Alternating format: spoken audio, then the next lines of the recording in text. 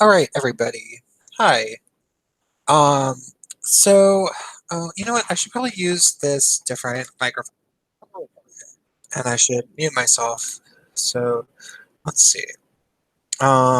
I do like this, and then I go to, let's see, microphone. Um, Uh-huh. All right. How's that? Does that sound a little bit better? It probably sounds a little bit nicer. I'm gonna safely assume.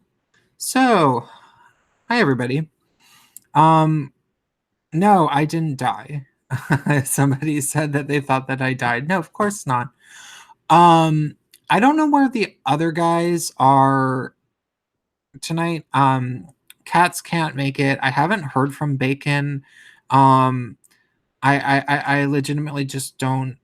I think maybe Bacon said that he won't be able to make it this week, and I just forgot about that. I don't know if Farrell is coming, and Spacepan hasn't been able to come on so much recently, and the guest is going to be a few minutes, so I just decided to go ahead and start by myself doing this Gaytriarchy thing. So, are you a man? Are you a gay man? Are you a man that is gay-ish?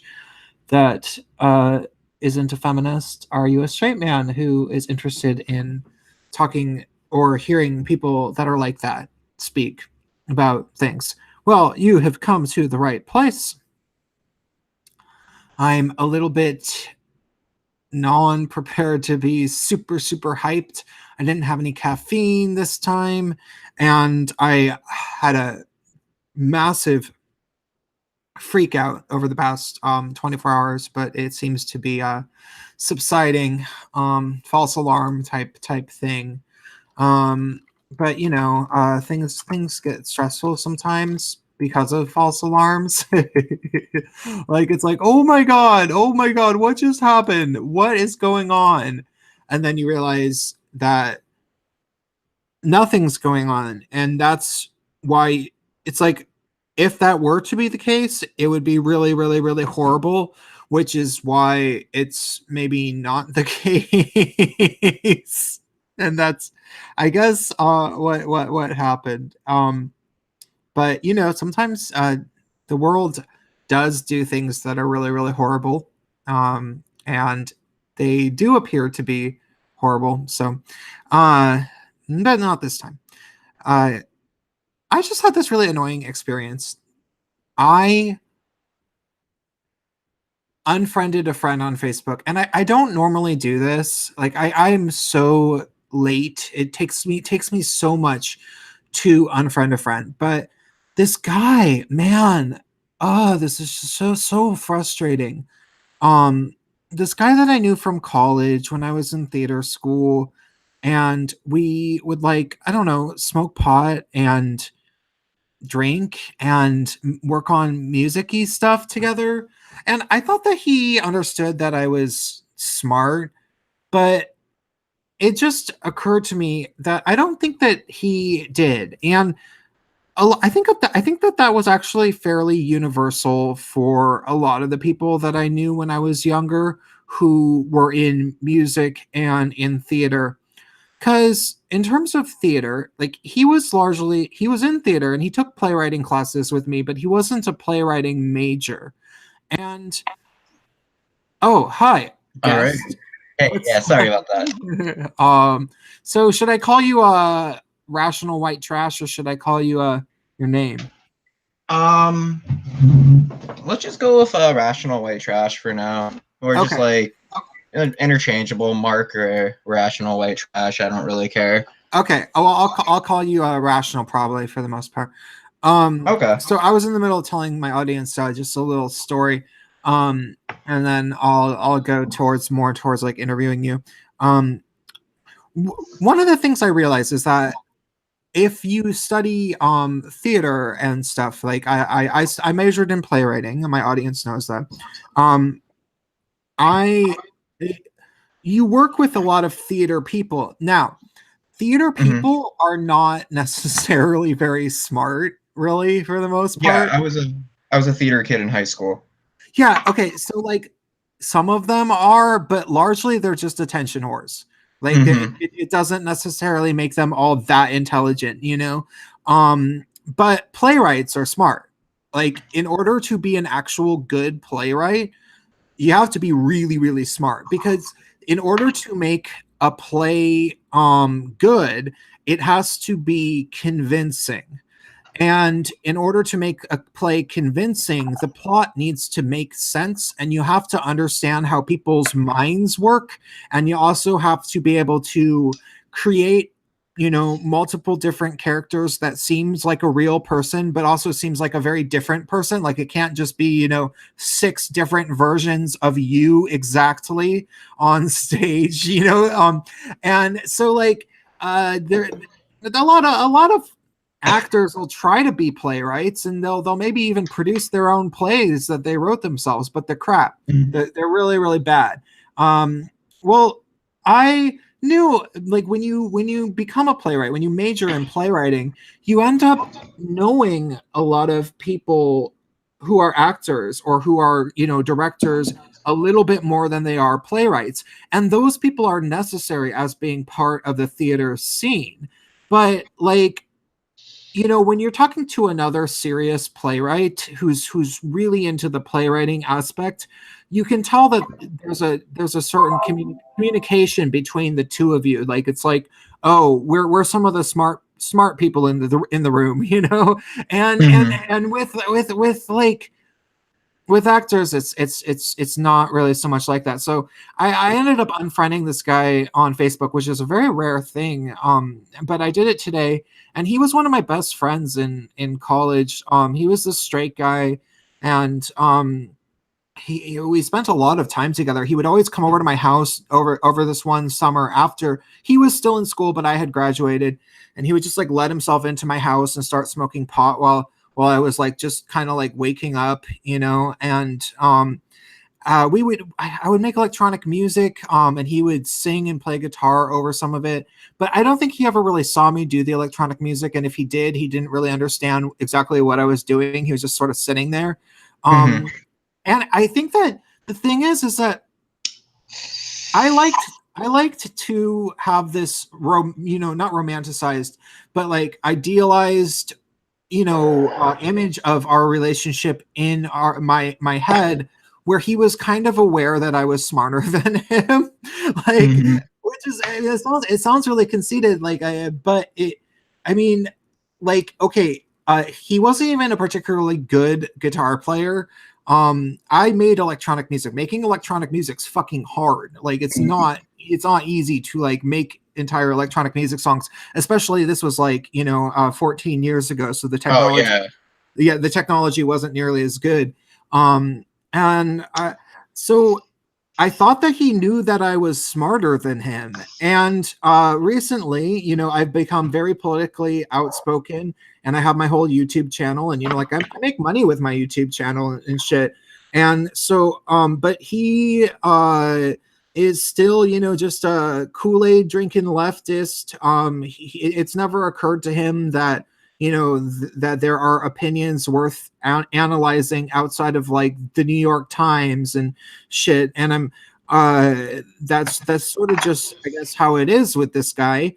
Yeah. And And like, after your story, I don't want to hijack it, but I have something very similar that happened to me recently. oh Not no, to yeah, hijack, yeah, keep going. absolutely. Yeah. We kept getting in these like disagreements, and he would just say these things to me, like, as I was like, dude, I do this for work now. I know what I'm talking about. And I'm sure I would link him with stories, because I always link people with stories, you know, to prove what I'm Mm-hmm. talking about. And then they don't look at them. They won't look at these things, or I would link them with YouTube videos. They don't watch them.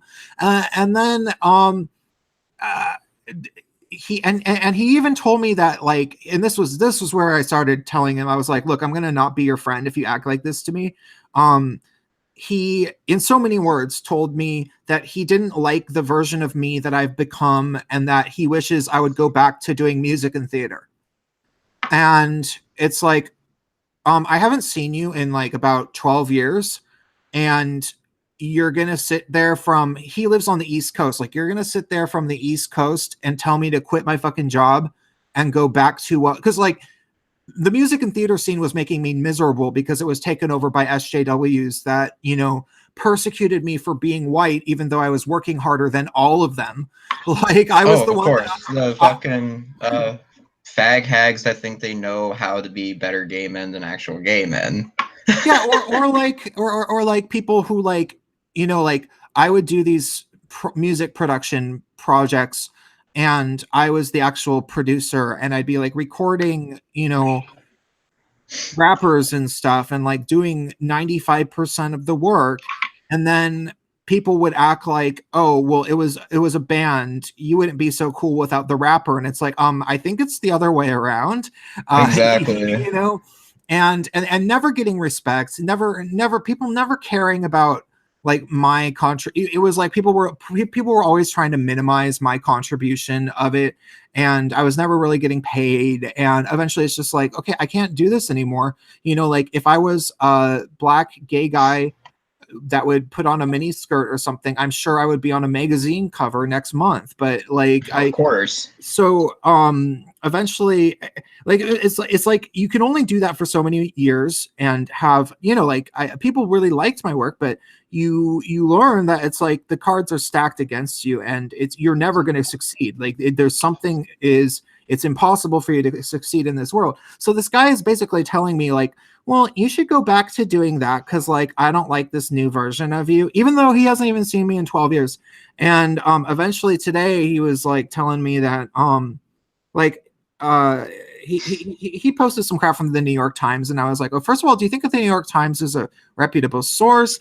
And then it kind of, you know, we started talking about some economic stuff, and he just didn't really know what he was talking about, you know, trying to say that like Reagan didn't actually stimulate the economy. And I'm like, well, no, that's actually not true. Reagan did stimulate the economy, which is why people have to attack him for trickle down economics. Yeah, Reaganomics. Yeah, people say that trickle down economics don't work. What that means is that they think that it didn't trickle down enough to poor people. But everybody admits that Reagan did stimulate the overall economy, and he hadn't actually heard that before. Like he just didn't know that that was the case. And then he tried to. Then some friend of his been like, was like, oh, this Prince guy has to be trolling, and I was like, no, I'm just smart. And and then my friend was like, no, he's a real guy, we used to be good buddies in college and he was really cool and used to make cool art and music, and I guess now he does media and politics, but he also like doesn't ever read any. He says he does, like, I think he said he does, apparently he does news media for work now, except for the problem is he never reads the news. And I was like, okay, I'm unfriending you. Like you can't talk to me like that. Like, because it's like what like that's the most disrespectful fucking thing that he could have possibly ever said, and it's the exact opposite of what's true. And I think that he has to know, like he was actively lying about me for some reason. Like he knows that I read the news all day every day. Like I don't know how on earth that he could actually believe that to himself. And I guess the best way to, and this is sort of the moral of this story, I guess the best way to sort of describe this kind of person, Space Pan, one of my other co-hosts that's usually here, I don't know if the co-hosts are going to be here tonight, he said that for I red pilled myself in late 2015, early 2016 is when I started coming out of being a leftist. And that was and I didn't go like full conservative or anything exactly, you know, like there's some things that people would call me more right wing about, but ultimately I would say that the Democrats are a more conservative party than the Republican at the moment, and the Republicans are reforming more and more. Yeah, the Democrats have become the new moral. like how there was all that panic of the moral majority. I think it was like in the like early '90s, talking about how the Republicans didn't want sex on TV. They didn't want this. Like the Republicans were the ones getting triggered. Yeah, yeah. And like the big like whole like evangelical, like when evangelicalism started getting really involved in politics, it like the social justice warriors of the early like '90s and '80s, it was the conservatives.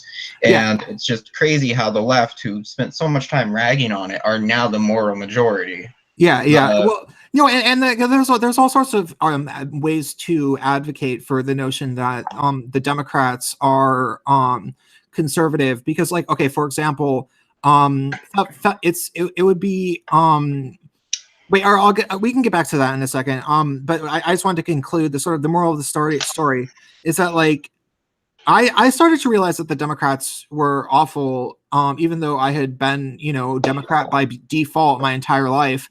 And for me to realize it, it was painful, but it was also like I was making that choice myself, and I was actively doing my own research to learn about it.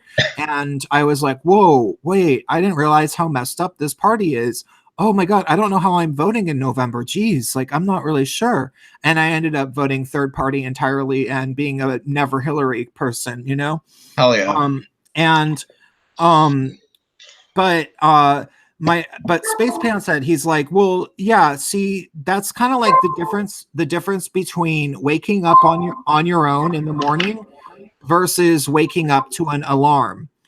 If you wake up to an alarm, you're always going to hate it more. Like, when reality hits you, you're going to be super, super angry, and you're going to want to hit your alarm, even though you're the one who set the alarm. You know, like, ultimately everybody wants to live in the real world. But, like, if you didn't know that Donald Trump was coming, it's going to come as a huge shock. But by the time the 2016 election came around, I was so glued to political stuff and cultural, you know, like looking at arguments regarding feminism and everything, that I realized there was no way that the Democrats were going to win, because, like, I mean, the only thing that they were marketing Hillary Clinton on is being the feminist candidate, and feminism is the biggest fraud of my lifetime. So yeah. So how are you doing? So the guest today is Rational White Trash. Let's say hi. Hi. I don't really know how to introduce myself. I'm a recovering leftist, as I like to put it. I spend a lot of time saying, hi, my name's Mark and I'm an addict. Hi, my name's Mark and I'm a recovering leftist. But where would you like me to start? Well, so I watched your video. I mean, I watched I guess all three of them. But the first one, the long one, was the most had the most real substance of how I would want to engage with you. You were sort of just telling your story of, so I'll give the sort of the audience the brief rundown of like what I took, the takeaway that I got from it, which is that you is it cool if I ask you how old you are? Yeah, I'm 22. I'm turning 23 in January. Okay, so, and you were open about this on your channel. You were a heroin addict and you went to rehab for that. Yep. Yeah, it's something I talk about, like, fairly common. Like, I talk about it a lot, even like in my public speaking class recently. Like, I talk about it because I want more people to realize it affects everyone. You know? I used to actually do opiates. I got off of opiates for good in 2012. So good shit. Yeah, it's oh, yeah. Love hearing shit like that. I can swear on this, right? Yeah, it's fine. It's not a big deal. I mean, just don't say the N word, or try not to use. I mean, I don't think that they get mad at us for calling ourselves the F word, but let's just try to avoid it. But you can mostly swear, yeah. Okay. I always forget. I swear a lot when I'm talking. In my scripted videos, I don't swear anymore though, because they will demonetize you for it. So, oh wow. You went into rehab. What time was it that you went to rehab? I went to rehab. I was 19, so it's 2000. Well, I'm 3.5 years off heroin. So I went to rehab 3.5 years ago. April 28th of whatever year that was is when I was admitted. Huh. So 2015. There we go. Yeah, in 2015. And what I think is okay. So like it was, and what was kind of striking about the whole situation is that you ended up uh after getting out of rehab, you weren't sure who to hang out with because the people that you were used to hanging out with who were like gay or cool with gay or whatever, they were all doing heroin, and you can't when you can't be around it if they like because like all you like it's not like alcohol or like cocaine or something where like if you do it you can like sort of avoid like getting heroin, back there's a into it. lifestyle to it. Well, Like, and you know, and if you were to do it just once, like one little teeny bit, it all comes back to you, and you want more, and you want more, and exactly, it's the devil. So, like, you ended up, I would say, like, you're almost in a vulnerable place. Yeah, that's exactly. Like, I feel like I have a lot of like gripes with NA and AA, how it's sort of handled like a cult as well. And I feel like instead of clinging to that community, I clung to the SJW community. And they're both very similar in their own like ways they relate to the cult. Like, I was vulnerable. I just came out of the closet, and I was scared. So I went with the tribe I felt like would protect me, you know? Like, I just started hanging out with like old theater friends that I stopped hanging out with when I started doing drugs. And they all, like, once college started and like once they got into college and stuff, they started getting into campus feminism.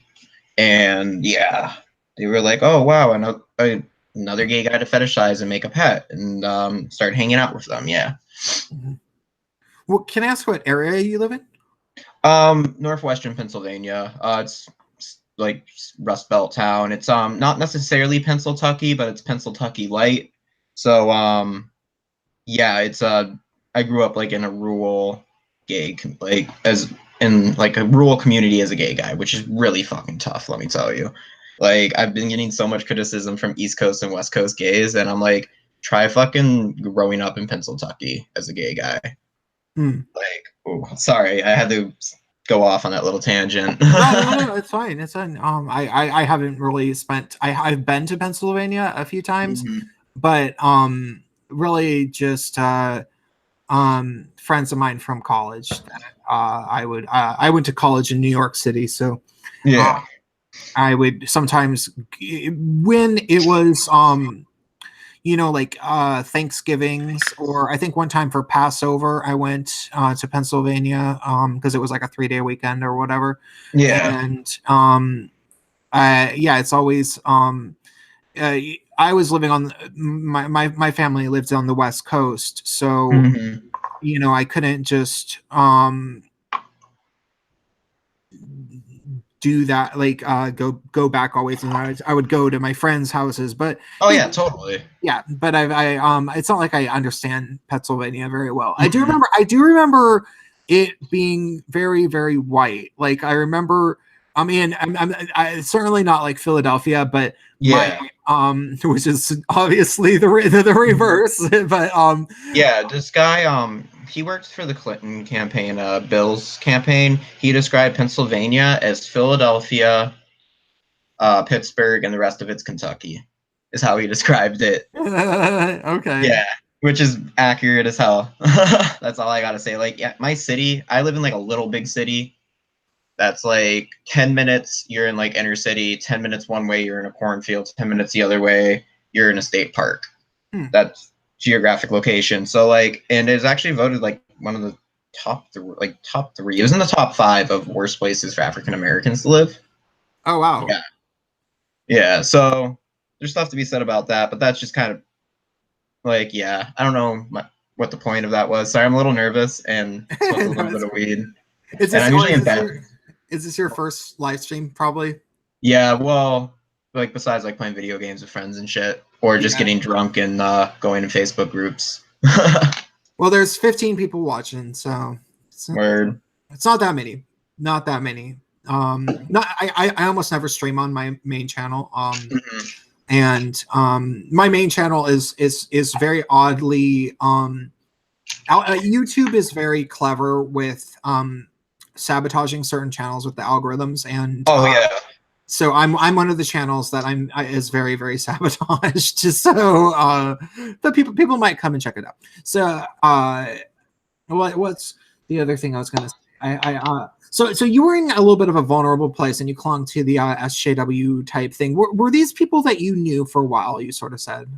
Yeah, the people that got me into like the circle, like the clique, were people that I was friends with in high school when I did theater. And what? Friends from high school that I did theater with, that I drifted away from after drug use and all of that, and I reconnected with them after rehab. So they were like friends from like the theater program. So like I knew some of them for a while, but they introduced me to their friends they met in college. So yeah. Huh. Yeah. Well, and you wanted to you made your video today, and one of the things you said was it was a little bit of a backpedal from like your first video was kind of like angry, like, oh, I need to get out of this mentality of being around these types of people, which I perfectly understand, but I can also understand why you wouldn't want to throw everybody that you used to hang out with under the bus, especially considering some are obviously worse than others. And would you say that your friends that you had known for a long time were actually not so bad people, or were some of them ended up becoming bad, or I don't know? They ended up becoming the worst. Really? I don't want to say too much because I just don't like want to reveal the university that I go to or much. But let's just say at one point in time, a girl from my school kind of got into it with a like libertarian reporter at a Trump rally, and made a fool of herself and was really proud of it. Huh. Yeah, and like she's getting like she got like feminist cred for doing it, and she was one of the first people to start telling me like you're not gay enough, and like putting one of the first people to start shaming my masculinity and shit. You know what I mean? Trying to put me into a box. Yeah, that but yeah, I don't want to like say too much further. I probably already said too much, but whatever. I can understand why you would be hesitant. Yeah. But that's interesting to know that, because I have some friends that were pretty good. Okay, so I'll talk about like for the most part, okay, so like the SJW thing really it's mostly a product of 2012 and beyond. Like there's always been far leftist hippie people, and they were mostly lesbians. But, yeah, it's like third wave feminism, like Scum Manifesto. Well, no. Okay. That's actually not accurate. Really? Yeah. Well, okay. So, Scum Manifesto would actually technically be more of second wave, and I think Scum Manifesto was actually written in the 60s, and so the first wave of feminism was the suffragettes. That's what got women the right to vote in the early 1900s. And then the second wave feminism was the 60s and 70s, really. And that was the women's liberation movement. And the other thing is that people didn't really use the term feminism all that much during the first and second wave of feminism.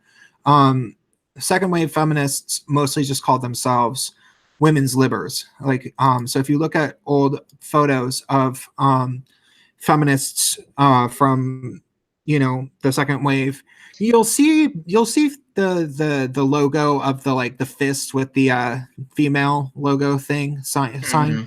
But usually they'll carry signs that say women's lib now, or like equal rights amendment. They're trying to advocate for this equal rights amendment that would protect sexuality or not sexual sex as if it was the same as race. And then usually those things, a few other things. It wasn't until the third wave that feminists really started calling themselves feminists all the time. And I mean, I'm sure more and more were, but by the end of the second wave, and certainly but 1970 was when the first women's studies department was founded. and then the third wave started in the early 1990s, and it really correlates with the Clinton administration, because Hillary Clinton was in the White House, and there were a lot of other things. But the third wave really died down during the Bush years, and it basically ended. And we're actually in the fourth wave, really. I'm one of the only people that really is firm about differentiating between the third and fourth wave. But there's a very but I remember it very well, because I grew up in Seattle, and I currently live in Seattle, and I also lived in San Francisco for 7 years, and I went to school in Manhattan, New York. And I've always been around feminists, like my sister. Sorry, I don't mean to keep interrupting. I apologize. My sister, who I visited a lot, she was actually the first person to buy me a copy of communism. Well, some type of anarchist book. I don't remember. She took me to an anarchist bookstore in Seattle, and she's always lived in Austin and Kirkland, Washington. My entire life. My parents had me at like 45, so my siblings are way older. But I've seen it like in Austin and Kirkland, just to relate to what you're saying. Like, I spent a lot of time there. Like, I spent my summers with her. So like, I see what you mean. Yeah. Basically the point I'm trying to make. Yeah. I mean, Kirkland is a suburb. I was literally in so if you go to the actual city limits of Seattle, and there's the gay neighborhood, which is a very big neighborhood. It's called Capitol Hill, and Capitol Hill is a very large hill.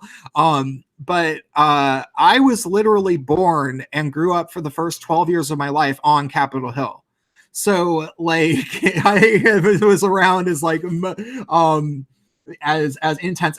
So I remember this stuff very clearly. Like, I remember it's sort of dying out in pop culture. But fourth wave feminism is what happened when feminism made a comeback, mostly in this decade. And it was mainly powered by blogs and social media. And fourth wave feminism is by far the most ugly and heinous and power seeking, because the thing that has really set it apart is their ability to swarm people with social media bullying campaigns. And they get people fired by way of tweeting at their employers and things like that. And that's been the really, really big difference. So yeah, that's just for further slight clarification. Word. I appreciate it. Call me out when needed. But it's really funny. I was talking to my video I just posted. I talked about how I was talking to one of my Marxist-Leninist friends, and we were talking about feminism and the current state of it. And she's a feminist, like, through and through. But we were talking about like how it just needs to be rebranded, like how the alt-right originally started. It just meant non-neocon, and then it got hijacked. Well, not really hijacked, but claimed by Richard Spencer when that video came out. And then alt-right became a white nationalist thing. You know what I mean? Yeah. I'm correct on this, right? Yeah. No, there were people already sort of like, I mean, it's so dumb. It's like, oh yeah, because the alt-right, that really means white nationalist. It does. I don't know. It sounds like it would mean alternative right to me. Like, it's like, why do they gotta it's like they yeah. I mean, the thing is with feminism is that feminism, I'm very I don't like using the word anti-feminist, because feminism is an ideology, and it's something that I just entirely don't see the world in. Like, I don't see the world in feminist terms. I don't think that we live in a patriarchy in the way that feminists described it. Actually, I don't think that we live in a patriarchy in the West at all. I think we not at all. We live in not in the West at all. we live in a society that actually systemically privileges women in every facet that you can imagine. Systemically, like legally and systemically, women there's more women like in college right now. Yeah, and there's still affirmative action quotas for like women in STEM, and family court, and there's endless women only social services. There's endless, I mean, it just, the list goes on. And so I don't want to call myself an anti-feminist, because that would be like calling myself an anti-Christian just because I'm Yeah. not a Christian.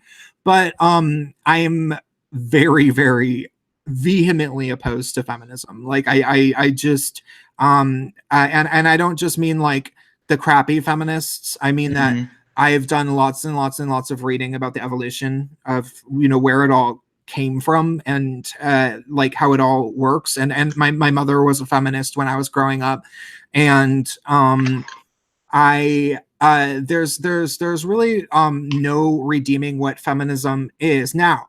But one thing that I will always make clear to people is that about 95% of people who self-identify as feminists, like 95% of people that you will meet and they call themselves a feminist, they don't really know much of anything about feminism. Mhm. They have no idea what the theory actually says and the history of it and what the feminist laws are and how the feminist laws were put into place, and anything. They just don't know. And feminists who are like knowledgeable, the 5%, and those are the bad ones, like the really, really bad ones. Yeah. Those people are female supremacists. They're absolute through and through female supremacists, and they won. They basically achieved essentially everything they wanted, which is why we live in this like society that privileges females basically in every way that you can think of. And Mhm. so because of the fact that they won, they never really have to actually do a good job explaining what feminism is to anybody, because they can just be like, oh, it just means equality, and that's a lie. But Mhm. they already won, so why do they have to explain anything? So that's why it's never going to rebrand. Mhm. If it were to rebrand into like, okay, like we have a word for people who, Egalitarianism. yeah, Yeah. but feminists get mad about that word because Yeah. they so That later, I don't remember. I think they did it in the UK. I don't remember the exact stats of the study, but when asked if someone's a feminist, they'll say no. But if they are asked if they believe in equality of the genders, they say yes. Like on a way higher scale here. And that's basically like, I don't know. Um, like I had to like in my communications class, he asked, "Is anyone in this room not a feminist?" And I raised my hand, and I felt like daggers on me instantly. Like it's wild. But I said the only people saying women are lesser than men right now are feminists. Mhm. And basically, I don't remember what. Sorry, got a little too stoned. But basically that was my point. The only people saying that women are lesser are other women. And same things goes for like Black Lives Matter. It's this victim bullshit. It's grouping people up and not looking at people as individuals. It's all identitarian bullshit. And like that's basically where I'm at with it. Like I think it was a good idea, but it's just been bastardized. Like you said, sorry. I feel like I'm blowing this right now. No, it's fine. Don't worry about it. Um, uh, well, okay. So I think that what's more important is for me to ask you some more questions about your individual experience, because the audience has heard all about me, and so Mhm. we don't necessarily like need to go into these theoretical things at the moment. And then maybe by the time I ask you questions about yourself, you'll be less stoned.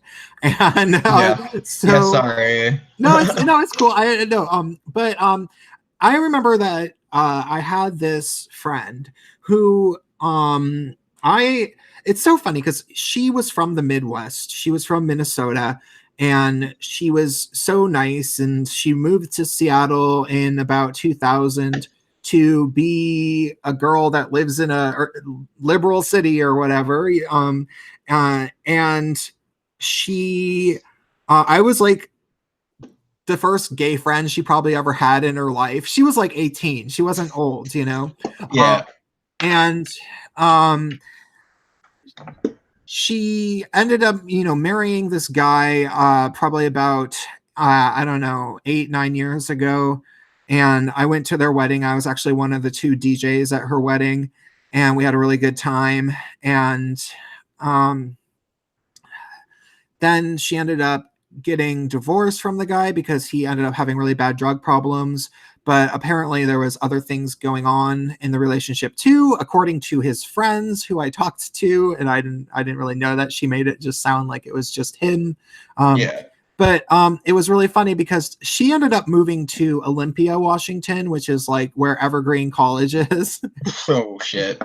Yeah, and she's turned into like a crazy anarchist, like radical. I mean, not radical feminist so much, because she would call herself an intersectional feminist. But Oh, those are the worst. yeah, intersectionals are I mean, intersectional feminism is literally communism, communist particle board. And I say this after reading text, like history, like history text compiled by authors that are far leftist. All the communist groups kind of had to like stop openly identifying as communists during the Cold War. The Red Scare and all that. Yeah, and but they didn't stop believing the same crap, and they eventually like re-manifested themselves as intersectional feminists, and that's what it is now. It's just it's that is the different branding of feminism, like, or that's the different. It's more like intersectional feminism is just rebranded communism. Mm-hmm. And so she's like one of those people, and it seems so funny because she used to be a really good friend of mine, like a really good friend of mine when I have been in Seattle. Like, granted, I would only ever see her on visits, and then when I came back from 2005 through 2007, I would see her all the time, like all the time. We hung out, like me and her and some other people hung out very, very frequently. And then she ended up becoming one of the worst people I knew. And maybe it just felt that way because I had been such a good friend of hers. Mm-hmm. But I have that similar feeling of like knowing somebody who is like, whoa, I can't believe that happened to you. Like, what? Yeah. Wow. Like a lot of like ever since like I've been public about like my views changing, I've had so many friends like come out and like talk to me and like DM me and shit. Like people I haven't talked to in like 2 years, saying like I could tell it was happening. I knew this wasn't you. My one friend, he's in the Air Force, and he ran into me probably sometime last year, and he sent me a message like 2 days ago saying like, because I posted that video, like my walking away video or whatever, on my Facebook feed, and he commented, he was like, yeah, that guy I ran into a year ago wasn't you. What the fuck was up with that lisp? And I thought like, wow, it was really that. Yeah. But like, it's nice to hear from old friends that the old me is coming back, and I feel bad for that girl. And like, I feel bad. Like, it was like, it fucks with you. It really sucks you in. And like, I really like mad empathy with your friend. Like, oof. Yeah, Especially after a divorce. It was divorce, right? Yeah, and I think that that's kind of what probably really tipped it over the edge, because he was in like he plays in bands, like he'll be in like two or three different bands that he's playing with, you know, and Yeah. he was like into like the punk and metal scene, and he's really smart and talented guy actually. Like I'm still I don't know if I'm friends with him on Facebook, but like if I saw him again, I would apologize for siding with her in the breakup. Well, not necessarily. I would say, look, okay, whatever happened between you and her, I don't hold against you anymore. You know, Yeah. like because you know he like when I was living in the San Francisco Bay Area, he would sometimes come pass through. And one time I hosted a show at this venue that I used to like I got him a show at this venue that I used to live at. And so like him and I are like pretty good friends separately to her, you know? Yeah. And I think that she was hanging out a lot in the like, you know, hardcore counterculture, like punk rock type crowd because of him. And then when she broke up with him, that's who she was hanging out with. And then it seemed maybe natural to hang out with the like radical feminist type crowd of those people. And Yeah. I think that that's probably how it happened. Like I don't know. Crazy though.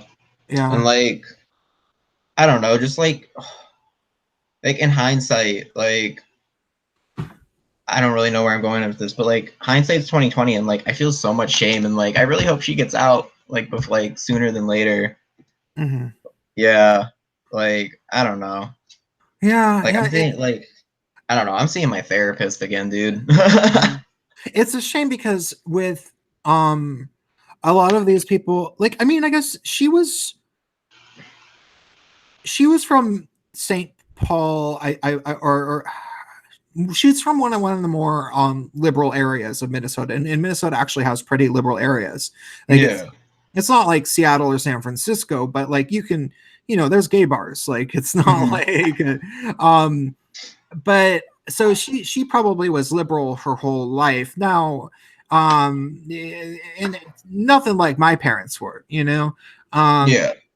but so it was like a departure, and like from that but it's weird because like my friends are thinking that like some weird crap happened to me where I've been brainwashed by not brainwashed, but like I'm the one who's changed into this horrible person ever since I like stopped being a leftist. But I think that that's just the product of them not actually bothering to investigate what's going on with me currently.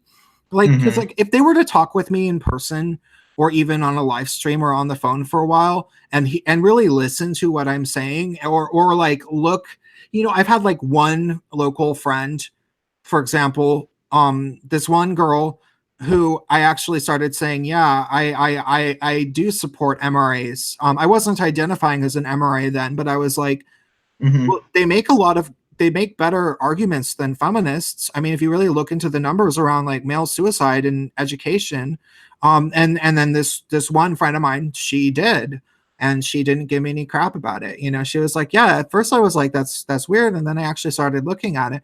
But I think that a lot of these people think that like there was some weird transformation and that I got sucked into the wrong crowd or something. But it's annoying because like I was never any sort of like far leftist. The only things that I was really passionate about was people just legitimately being actually bigoted towards other people on a social level. And I was also very, very anti-Bush because I was against going into the Iraq war because I felt like I had no idea why we were going into war and nobody really did. But other than that, I wasn't actually I was not at all a Marxist. Like I every time I started like actually hearing about Marxism, and I was like, no, that's dumb. They tried that, it didn't work. Like and it doesn't even make sense. Like that's how I always was. So it's not like I like decided to like leave my roots. And hang out with the wrong crowd. It was more just like, no, you guys all decided to get swept up in this thing, and I just refused to do it. Exactly. Like the left is moving too far like towards like socialism and shit. Like being a liberal is like becoming associated with like democratic socialism. Like that's dying out. And it's making a lot of people move to the right that are liberals and moderates and shit. It's that kind of shit. Like yeah. I would say it's not even being a liberal. Okay, like so the typical phraseology that we used to have was liberal and conservative, or Democrat, Republican, left and right. Now that's no longer true. Now we have the Democrats, and most people would call them liberals. And the Republicans, most people would call them conservative. And then the left is Marxist, period. And then, but like a huge percentage of people who are like, who would say that they're right wing would not necessarily say that they're Republicans. They would largely say that they're libertarians. And so it's this like really strange, but I guess there's so many people who are on the Democrat, liberal, leftist side who reject the Democratic Party and who rejects liberalism, and they say that liberalism is bad. And I don't know, maybe it's just because their side has lost, and they're angry and they want to blame someone, so they're all blaming each other because that's how people are. Oh, tons of infighting, and with how the DNC treated Bernie. Yeah, like that's what actually made me snap out of everything. I was a really I was having problems for years with people giving me crap for being a white male and trying to say that I was, privileged, even though like I was doing everything I could to like help other people out, and often in very unfair ways. Like people didn't deserve all the help I was giving them, but I had like a guilt complex, and then finally Bernie came along, and I was like, see, this is the guy that we can all agree on. Like he advocates for all the stuff that you guys advocate for. We should all be able to. And they were like, shut up, misogynist. And I was like, huh? And they were like, shut up, you white male, you're not allowed to have an opinion. And I was like, wait, what? Wait, no, but this, my opinion is your opinion. And he was like, I don't want to hear another word. Stop mansplaining, stop whitesplaining. And it was that was the attitude. And then it turned out that like that was the general attitude of the media, and that was the attitude of the Hillary Clinton campaign. And then she was literally paying people to act like that on Facebook. Like that came out, and I'm about 99% positive that multiple people that I know personally who I considered friends were being paid to call people misogynists on Facebook. And then it turned out, for sure, the whole Bernie bro shit too. Yeah. And so that was what made me, that was like the thing that, like, there was a lot of straws that broke the camel's back in various different phases of my development, but that was the thing where like I can't unsee this. So like, let me ask me some of your questions about you. All right. What were like you had some pretty intense sounding stories, and I don't want to ask all that because you were guarded about talking about Antifa and everything. I never got involved in that stuff at all. Like I once upon a time sort of ran with people who were like that on occasion, but every time I realized I was with people like that, I was like, ooh, I don't like this at all. And I made an excuse to like never hang out with them again, but I've played shows at like anarchist squats before. And, there'd be a few people there that I was like, oh God, why are these people here? But like for the most part, but I was never into the politics that they were like. Occasionally they'd start talking about their politics, and I was like, this guy's actually an idiot. He thinks that he knows a bunch about politics, but he's like, I knew more about politics in high school than him. And and this is in my late 20s, so I didn't have to like separate from those people, but I was certainly around them a lot. Had you ever been around people like that prior to actually being involved in like Antifa and stuff?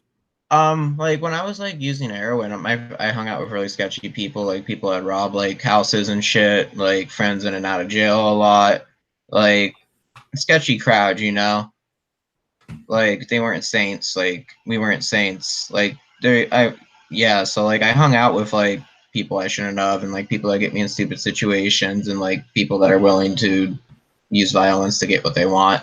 So I mean, it was just like kind of the same energy, just different motives, between the two groups, I'd say.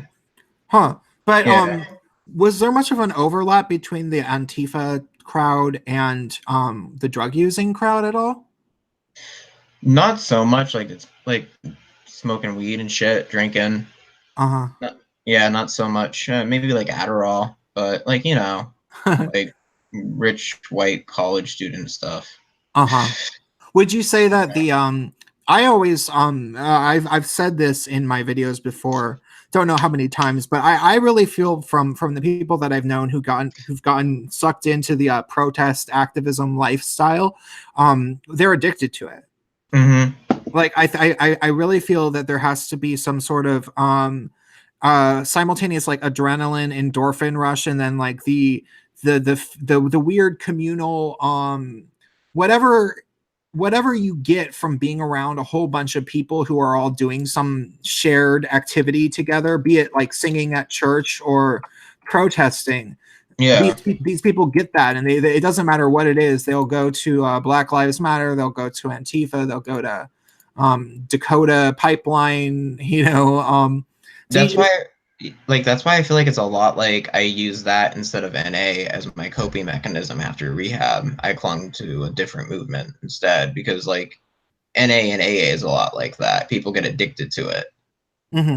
Like addicted to going to meetings, like constantly, like going to like, it's a lot like the similarities, like there's like apples to oranges, but there's like similarities, and I feel like I just clung on to the more stupid one, I guess. Did you get addicted to protests yourself, would you say? Not so much protesting, but digging for information on 4chan, signal chat rooms, like protesting to an extent, canvassing, phone banking, Zines. What when you say digging for information on 4chan, what were you looking for? Just keeping an eye out for shit. If people are planning on bringing like weapons. That kind of talk. Interesting. Because, 4chan is like the land of fake internet things. Yeah. Like information, like grain of salt. You know what I mean? Yeah. I've known some YouTubers. This guy that I actually used to watch a lot, who was a friend of mine, like he had been on a few live streams with me, and like I think his first live stream ever was on my channel. And he actually got a fairly sizable following. And then he was really, so there's a lot of YouTubers that'll go to 4chan for tips, and like try to find stuff. But there's blatant fake things that show up on 4chan, like like the OK sign. Yeah, like, white supremacist. That was a trolling thing. Like that was a trolling op that they like deliberately attempted to troll the news. Like they were, I think they were all talking. They're like, what if we tried to convince the mainstream media that the OK sign is a white, and then they're like, cool, let's do it. But there's other times in which people will post something on 4chan and it's like, breaking, this is a photo from something, and then it turns out that that was actually a photo taken 3 years ago, and it's not the same thing at all, and they just lied about what it actually was. And so this guy ended up kind of like, he made a number of videos that were like that, and it was just like things that he got off of 4chan that were like blatantly untrue. And I think a number of people lost respect for him. Like, it's just like, wait, dude, you can't act like 4chan is a source. Like if I ever hear something, like I have a pretty keen nose for bullshit. Just as an individual. So if even like Raw Story is, talking about something, like the blog Raw Story, I'm like, yeah, I don't know. I'm going to have to try to see if I can find that somewhere else. And then if I can't find it anywhere else, or find it in just like one, far leftist paper from a, like if it's in like the Portland Mercury or something, it's like, okay, I don't know if I believe this, like, that could easily not be true. Absolutely. But there's people who've yeah, no, it's a problem with 4chan in that way. So it's interesting that so would you say that there's a lot of Antifa people like going on 4chan actually and like taking a look at what's going on there? Yeah, that fucking Reddit, what's the Stormfront? That's the KKK one, right? Stormfront. Yeah, Stormfront is like the like, it's, I don't know exactly. I might have looked at Stormfront maybe twice ever. Mhm. Like, It's the fucking. They said this on like the Sarah Silverman show. I was torturing myself with that while I was waiting for this. They called it like the like grandpa Reddit or some shit. It was like your grandpa's racist. What, I don't know. It was the one funny thing she said. But yeah, hmm. yeah. So it's interesting though, because like one of the things that a lot of people speculate, and I mean, I've certainly speculated this myself, and I haven't actually made videos on this because there, you know, I haven't had a whole lot of anything in the way of like really hard evidence, at least not that comes to mind right now. There might have been an instance of this happening in the past, but that has actually been documented.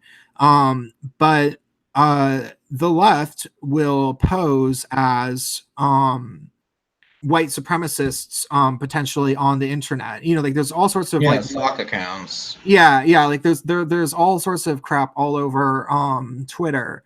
And like we know that the left and probably the right too has been paying people to you know, basically troll the internet.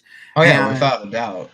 yeah, and so and now the left has accused the right of doing that too. Like I've heard like right around when the Milo Yiannopoulos protests were really starting. I was actually at the one in Seattle.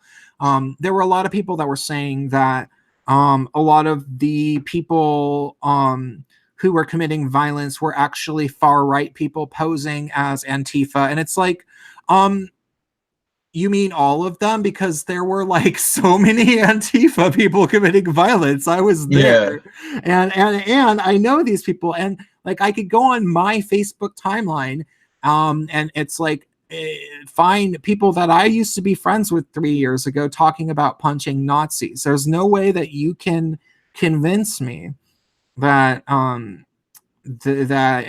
these people need to be plants from the right wing. Like there's definitely left wing people doing Oh that. yeah, for sure. And like, um, at that protest, was that the one where the Antifa guy like tried mugging the dude and the dude shot him in self defense?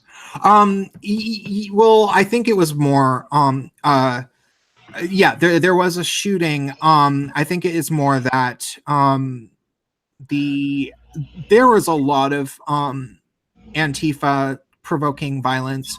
They were trying to block the entrance. They were throwing sacks of paint at people. Mm-hmm. They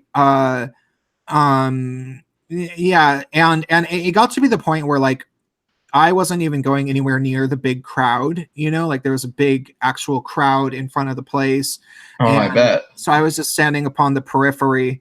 And I guess it was in the crowd, and I don't know what happened, but the guy's wife pulled out a gun and shot him. But she's there. They obviously said that it was in self defense, and I have no doubt that it was. But I don't think it was a mugging exactly. Oh, weird. Yeah, I But just knew it was in self defense. yeah, but the Antifas lied about it. You know, like Yeah, I and, remember seeing that, saying like, they were doing GoFundmes for him and shit, yeah, like and all over Left Book, well, no, and like, and they within a few days, like this one guy that I knew who wasn't there, who considers himself a leftist, but he also doesn't like, you know, like the hardcore Black Lives Matter and Antifa people. He was like, I heard that that at the Seattle event for Milo, it was the Trump supporters attacking the Antifa, and I'm like, yeah, no. And he's like, well, that's what I heard from a friend, and I'm like, yeah, well, I was there, and it was literally the exact opposite. The Trump people wanted to see the lecture, you know, yeah. and so you know they were just immediately lying. But you've hung out with Antifa people a lot, you know how much they lie. Mm-hmm.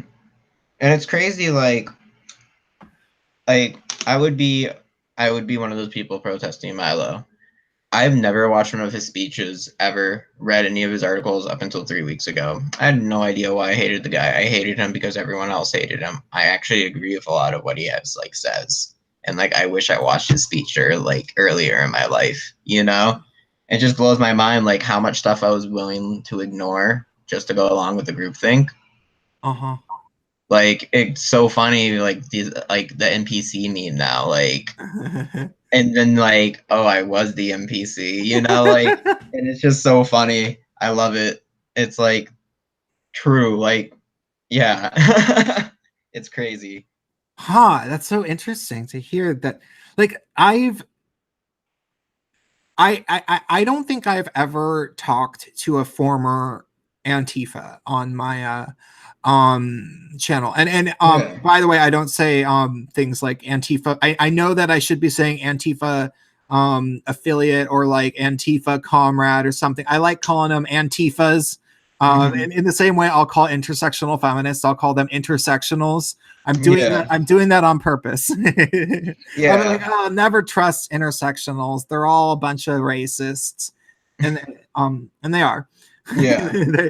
But so yeah, I haven't talked with somebody who was formerly that way.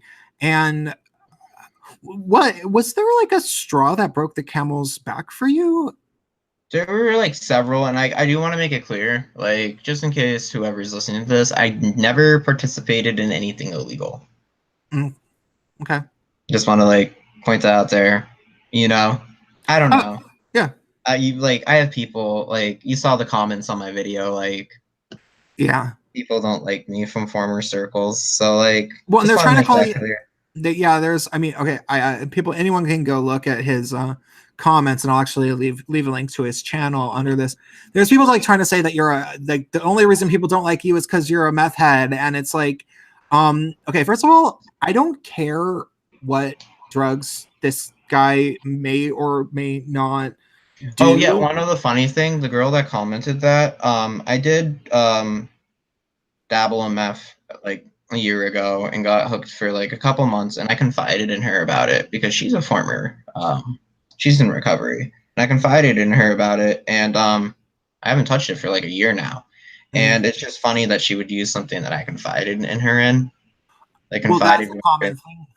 Yeah. yeah, and then use it against me, like, okay, like I see like who you are as a person, like Yeah. paint like a pretty picture of the left, like, and she played it like how I talked about, like when I was comparing it to a cult, Yep. like discredit former members at all costs, like, Yeah, well, and that's one of the things that cults do is that not just do they discredit them at all costs, but part of initiation into the cult is and some cults are like maybe not just some, but like I would say probably most are completely aware that one of the things that they do in order to get the person to open up to feel comfortable around the cult is begin prodding them to share personal, intimate details of hardships and stuff. And so, like, if you were abused as a child or if you had drug problems or anything like that, they want you to open up about it.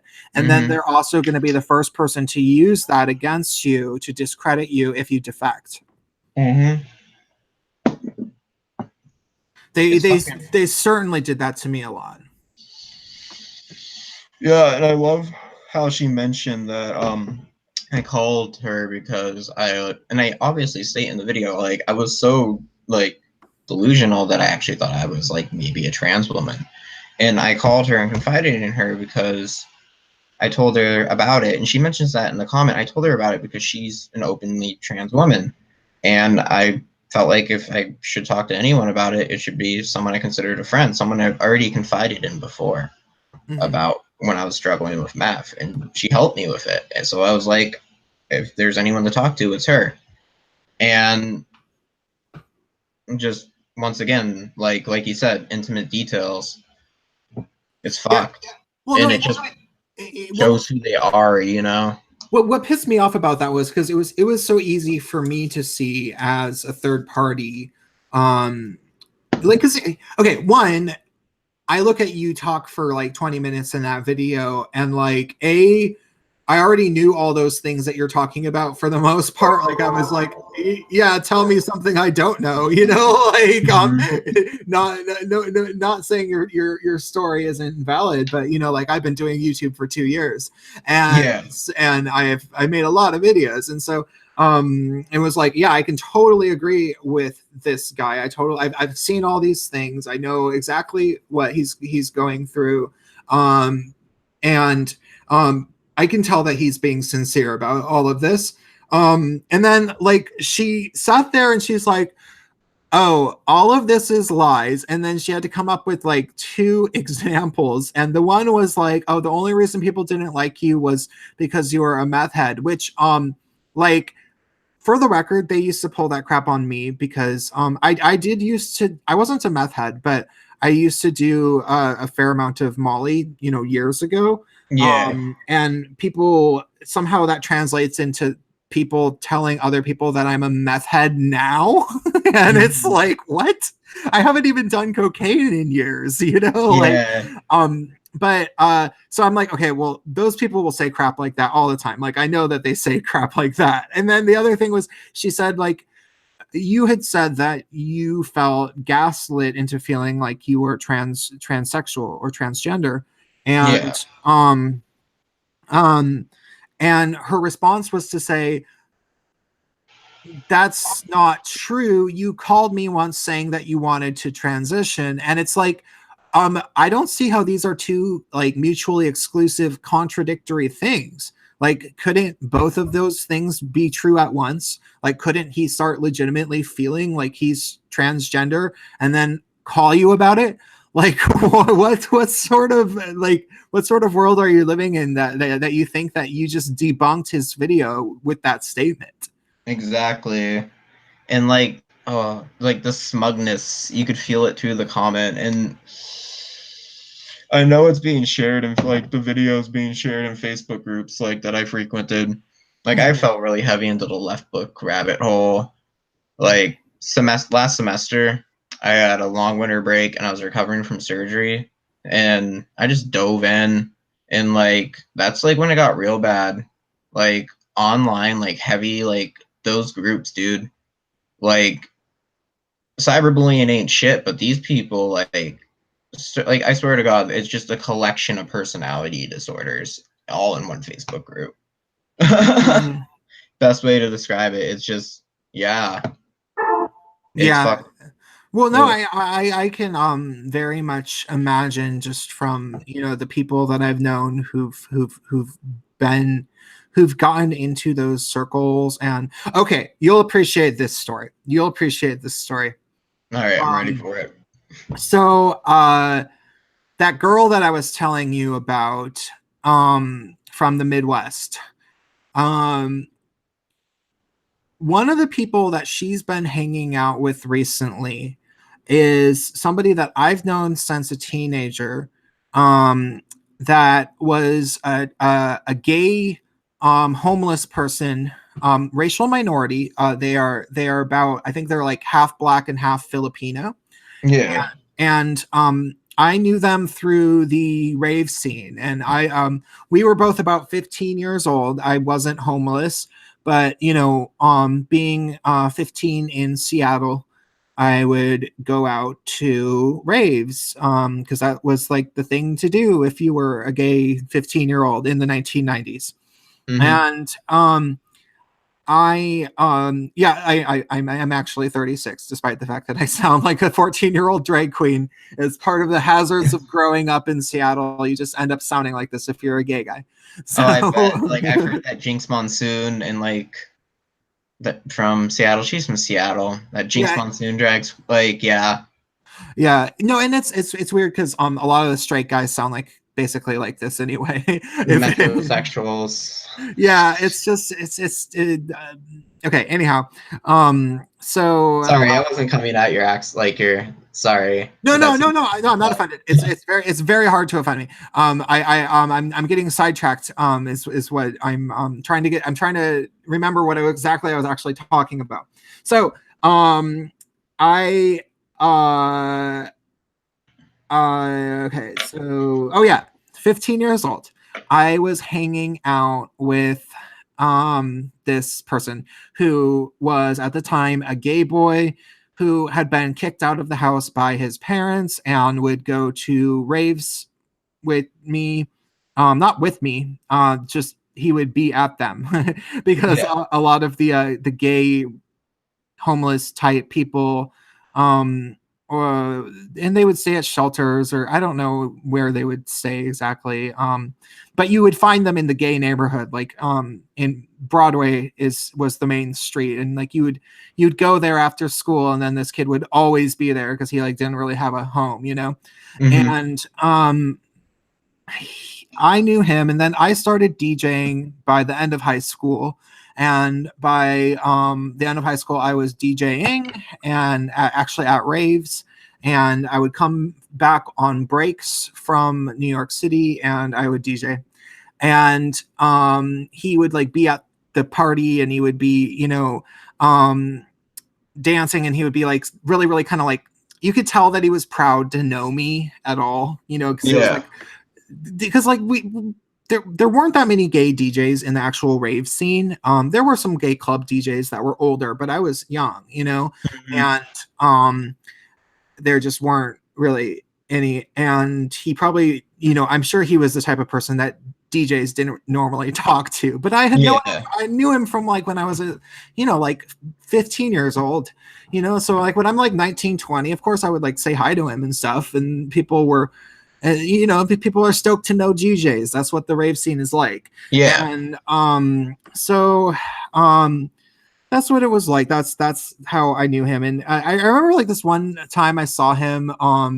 He would like have these like meltdowns where he would like freak out and like loudly start crying, and like some girl would sit there and like hug him, kind of like rest your head on my bosom, kind of a thing. Like, and he'd be like, "Oh, my parents kicked me out," and it was like, I remember being very skeptical of how dramatic he was about it, and being like, is he really as sad as he's acting, or is he making this girl feel important, to be the one that's, offering him compassion? And maybe it's all just a ploy that he's using to get her to start feeling sorry for him and feel like she's important to him, so that he won't be abandoned by her. Because then if she were to decide that she didn't want to be his friend anymore, he could lay a big guilt trip on her and be like, "Oh, everyone always abandons me," like that kind of a thing. Yeah.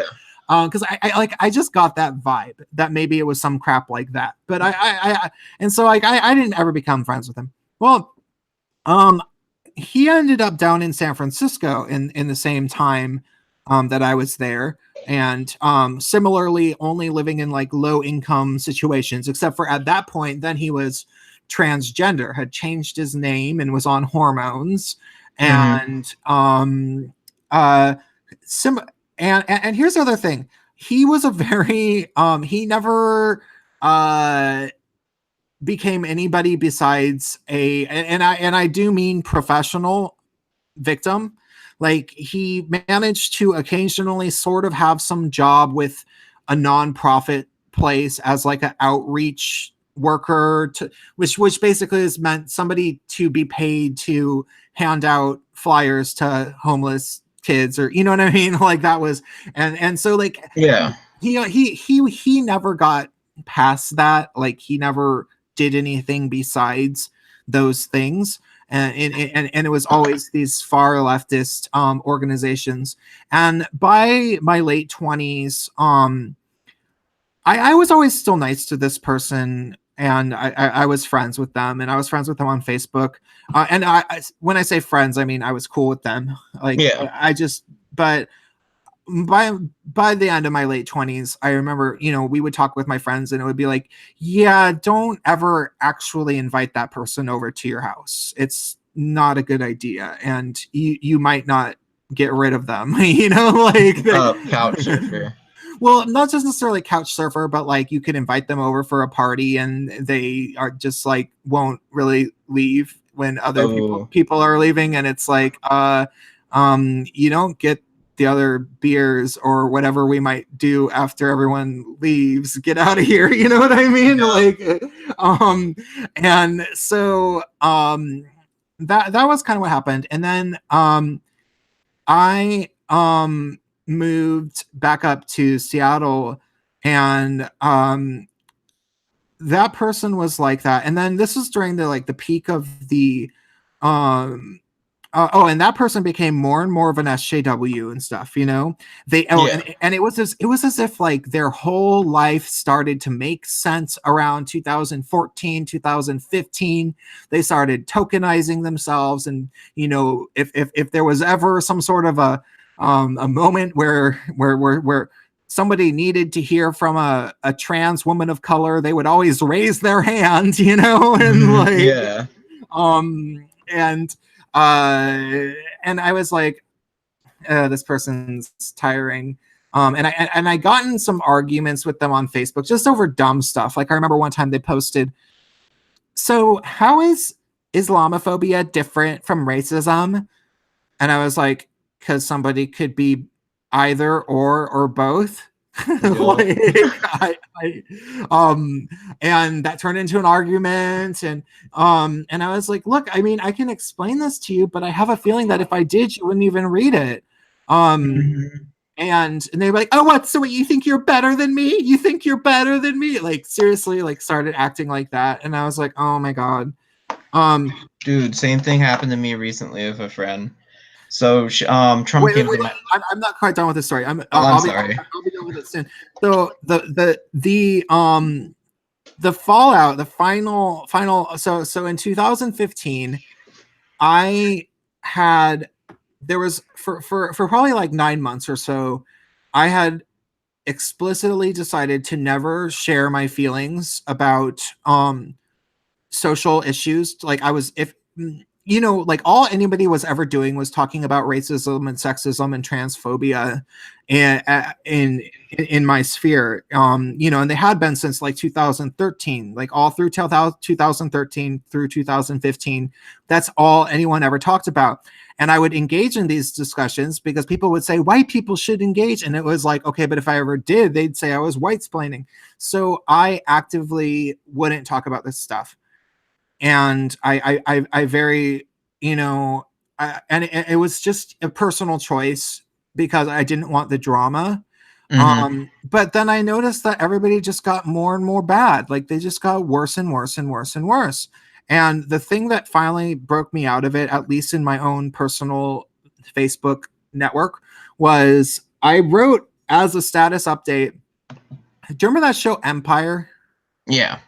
So I wrote, I'm watching Empire. It was probably like the 4th episode in, you know, and so like it's kind of a weird racist show in a way. Yeah, like, it reminds me of like Game of Thrones, but with the music industry. Yeah. Like, and yeah, so I wrote, I'm watching Empire, and I kind of feel like there's a lot to be said about the subtle undertones of potential racism depicted in this show, but I've also figured that I shouldn't say so publicly because I don't want to talk about that publicly because I'm a white male. And that was all that my status update was. yeah.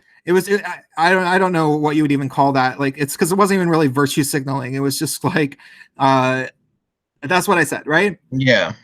That person who I used to know since they were this 15-year-old, you know, posted, "We've trained you well." Ooh. And that was when I had enough. I was like, "Oh, how dare you? Who that? What, you think I'm? No, you have not trained anybody. You haven't trained anybody." So then I started being more and more outspoken. But anyhow, I stopped being friends with that person. I stopped being friends with the girl, and then not long after that, I looked at her timeline just because I was kind of bitter because I was a really good friend of mine. She was a really good friend of mine, and I looked, and she had a picture of her and that person together. I guess they hang out now. Wow. And I was just like, what? Like, you two are like hanging out?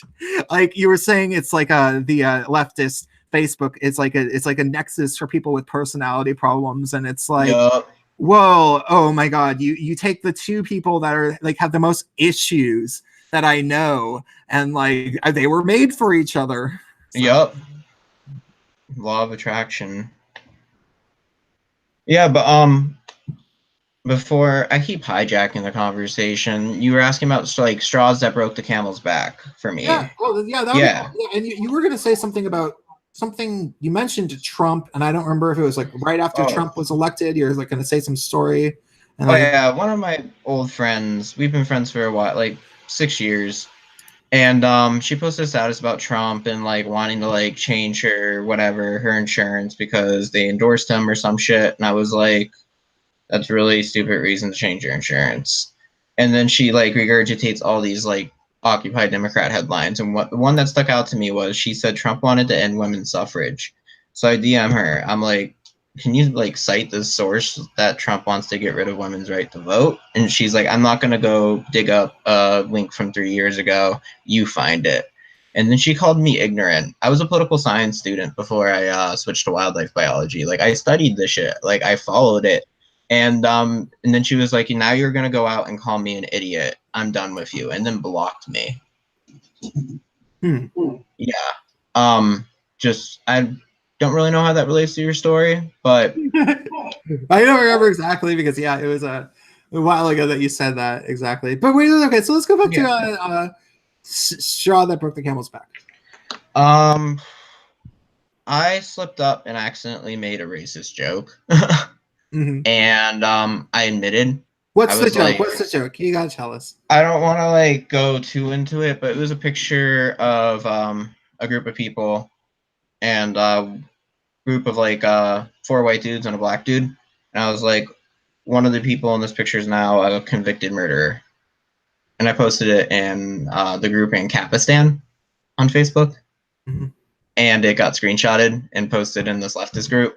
Mm-hmm. And like no amount like of apology. Like I lost when I apologized, but like how after like people that were my friends for like years, like were so quick to throw me aside because I slipped up, and how that completely diminishes everything I ever did.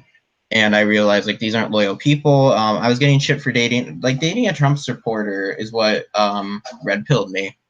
Like it wasn't so much a straw like the camel's back breaking. It was more my ex-boyfriend opening my eyes. You know, I would say like there was a lot of stuff that like I was already sort of disillusioned, but like he was like the main force. Like I realized a lot of people that are voting for Trump, especially in my area, are like the sons and grandsons and granddaughters and whatever of steelworkers who were fucked over by the Democrats that they kept electing for state government and all that shit.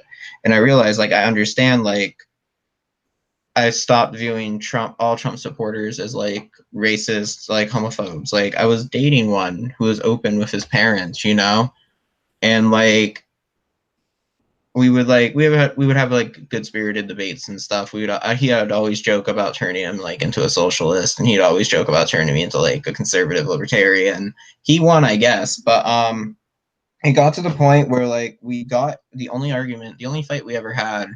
It wasn't even a fight, but we were talking about like how white people can't be how black people can't be racist towards white people, and I said that according to the fake definition of racism. Yeah. And it's funny because my roommate, who is a first generation Liberian immigrant, was like, Mark, that's so stupid. Like, go to where I came from.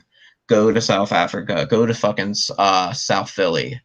Yeah. And at that point I felt like I realized, wow, I really come to this. And also I feel like, and it just like, yeah. You know who I've noticed?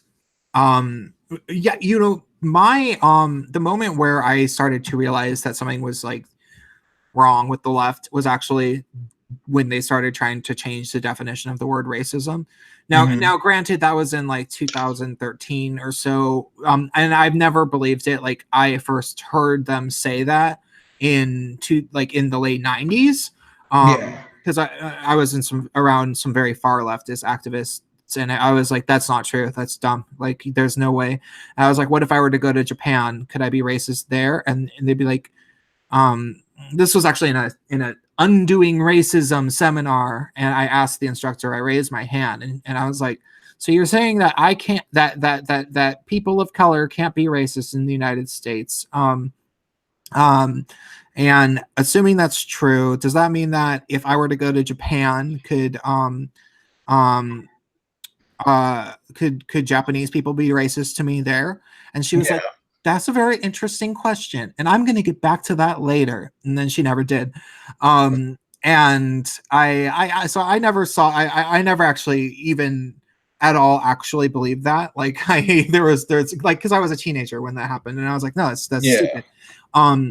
And when I started to realize that a bunch of the people that I knew actually thought that, and I was like, or saying that they thought, I don't think that anyone actually thinks that is a thing. Like I deeply believe that there's some things that are such common sense that nobody actual, like the only people, the only thing that people the people who are most likely to legitimately believe that only white people can be racist are or that like racial minorities can't experience racism. I like to think it's white people that don't really know that many racial minorities, like white people who haven't spent time around like racist black people or like that kind of a thing. Because it's like only somebody that's completely unaffected by this issue entirely could start thinking in those terms. But like, you know, any white person who spent my middle school was 80% black. So you can't come at me with that crap, you know. Like, exactly. And also like racial minorities, most of them are like, what are you talking about? I know a ton of racist black people, like that's dumb. And there's some that get into that way of thinking, but usually they are just really racist themselves, and it's just a way of, you know, justifying their own racism is what I would say. But that's but I don't even think it's usually crypto. I think it's usually like why people always blah blah, you know. Like I think it's very overt. And then talking about like, you know, even like Asian people have privilege, and you know, like that bullshit at Harvard. I think it's Harvard with affirmative action, and Asians are discriminating against them now. Yeah, and I've seen people say this on things on a social level, you know, like white or Asian student, or not students, but like people get crap from black. I mean, actually, there's a black guy that I know in the San Francisco Bay Area who would start giving other black people crap because he didn't feel that they were black enough, and he would call them racist. And like, I mean, this guy's like actually, he has issues, like major issues. But he'd find some way of being like, well, but most of the guys you date are white, and you're more light skinned than me, you know, and like crap like that. And it's just like, oh my god, dude. Like and maybe it's like it's a hotep. No, he's like a radical Marxist type person. But you know, he's an intersectionalist, is I guess the so but yeah, it was that actually was like the thing that was like, no, because like when it gets to be the point when people are literally trying to like that by itself is trying to reshape people's perception of reality, and it's like a collective like mass it's an attempt at a mass hypnosis. And that's where I have to draw the line and say you can't do that, and I have to like actively speak out and make it clear that you can't do this with me and that I won't tolerate it. So yeah, it's interesting that you and I both have that in common with the word racist, is that though for you actually you were into it for a while, but eventually that was what made you snap out of it. Yeah, and like I wish it happened sooner. Like, I honestly feel like me being so sucked into the social justice thing ruined probably the best relationship I ever had in my life, and I'm really bitter about that. Like, in hindsight, like, I was such an elitist to him, you know? Like, I thought I was smarter than him because of my politics. And, like, in retrospect, like, I was an asshole towards the end, you know? Mm. And, like, yeah, I don't know if he'll be listening to this, but I'm sorry for being an asshole, Rich. You cool. But yeah. Sorry, I needed to get that out there. No, it's understandable. So, let me think. What else? Did you think that misandry wasn't a thing? Um, That you can't be sexist against men? yeah, I I think you can be, but I never really spoke up about it. I was just silent on it. I would parrot it because I didn't want to go. Like, inside, I wasn't being true. You know what I mean? Like, seeing like kill all men hashtags, I was completely against that, but I didn't speak up against it, and I even argued that misandry isn't a thing, but I didn't believe it. I just didn't want to go against the group think, you know? Like, I'm already a cis white gay, you know? Well, I gender fluid at the time, probably, but fucking, yeah, I was afraid. Like, I've seen them dogpile people and, like, dig up shit, you know? Like, I've had shit digged up against me already before, so, like, and I've seen it happen to others, and I participated it with others, so going against the group think is really scary. So, like, yeah. But, yeah, that was a long way to answer. Yeah, I believe misandry is a thing. Yeah. Well, yeah, and I'm just curious because, like, I think that like I never got into the black people can't be racist like mentality, and I but at the same time I can at least like when I had that my little like idealized version that no people have common sense, there's no way they can actually believe that. Well, there's a lot of things that I thought nobody would actually do or say or believe, and I'm consistently amazed by just how little common sense people have. But so I have to keep in mind that like when you look at racism, it is demonstrably the case that you can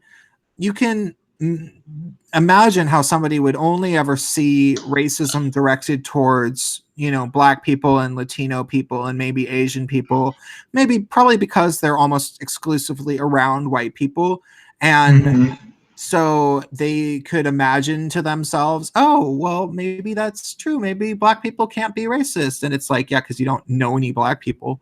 But like with the whole like sexism against men isn't possible. That's just I refuse to believe that nobody can like that there's people out there who like actually like think that like the quote that I it's like they would like to pretend that it doesn't exist at all, and that if it ever does happen, it's reduced to some insignificant form of mild fuckery. Like doesn't really count. And but because it's like everybody sees that so often all the time, and there's like normalized. Yeah. So like the fact that like kill all men can trend on Twitter, that hashtag, like it's scary, like I'm not afraid of some like crazy ass lesbians like burning down shit like they're talking about with Kavanaugh and all that, but like the fact that like hashtags about things going on in Sweden or shit like that, like the way like Twitter is controlling it, Jack man, like I swear to God, like I don't know, it scares me. I'm not like really a prepper, but part of the reason that I'm moving to West Virginia and like switch to wildlife biology is because like I want to be able to live in the middle of nowhere. I don't want to live anywhere near a big city. Street violence is starting to scare me. Like, sorry if I'm like, I don't know how I got onto this topic, but just like I don't think people have common sense anymore. And it's just gonna be more and more J20 type shit. common sense is gone. Like the people I've talked to and known, like was J20 the Germany thing? That's G20, the J20 inauguration. Oh, okay. Yeah. Yeah. Not the G20 summit. Yeah, I wonder what it is about because I mean it didn't it's not Trump, you know, like Trump is where it kicked it into overdrive, but that, you know, this madness, the social justice madness, it it started, well, no, okay, I know actually what it, no, I know what it was, I'm every time I think about this I'm like, yeah, this had to be it. So it really did start in 2012. Yeah. I say this because it was the Trayvon Martin thing that really kicked off all the identity politics. And when the it was okay, so how did it go? Trayvon Martin, and then Neighborhood Watch guy. yeah, it was George Zimmerman. Yeah. So that was the same year that Obama legalized the usage of propaganda on the American people, and that was also the same year in which I think Facebook started using more and more algorithmic meddling. And also when like videos, it was within a few years that videos would start playing on your Facebook timeline without you pressing play. And so they would have like a footage of a black cop or a cop beating up a black teenager, and you would just be scrolling through your Facebook timeline and it would just start playing. And there was all sorts of things that were like that I really do think that it was an organized propaganda campaign based around social media to try to influence the masses. And I think that social media has an even more, you know, like most people get their news from Facebook as a primary source, and it's been like that for a few years. Yeah, and the left primarily goes to Occupy Democrats. That's their primary Facebook engagement, according to Newswhip, at least. Huh. Yeah. Yeah. No, that's, yeah. And that's straight propaganda, like Oh, yeah. legit fake news. It's an activist-run website, and on the right, they're going to Fox News, which is accurate, biased, but accurate. It's yeah. Fox News used to say stuff that was like just largely conjecture, like just they would say things that were like very unsubstantiated, like during the Bush administration. But now they don't have to lie because the Democrats really are that awful, you know. Yeah. So yeah, like I think that it was the sort of the advent of trying to make people upset by purposefully showing them stuff on Facebook that would make them upset constantly, and that was what sort of created this social moral panic. And it's hard to tell when people are going to come down from it. We do know that like social media, it affects the brain like a drug. Getting likes and, you know, hearing that bell on Facebook and stuff like stimulates the brain, and like other drugs do. And they've exploited that in order to get you hooked on it. I like to think, and I say this as somebody, I'm one of the original like social media user pioneers. Like I was using mailing lists in the 1990s, and a lot of the time, like every day, because I was on these raving mailing lists that would have hundreds of people on there. And so you'd go to a rave on the weekend, and then all during the week you'd send emails on this mailing list and like communicate with each other, and, you know, give shout outs to people that you knew. And then that developed to bulletin boards, and then Friendster, then MySpace, then Facebook, and some other stuff. And I got into, it was about 2005 through 2008 that I was really like, I would say addicted to this crap. Like I couldn't tear myself away from arguments.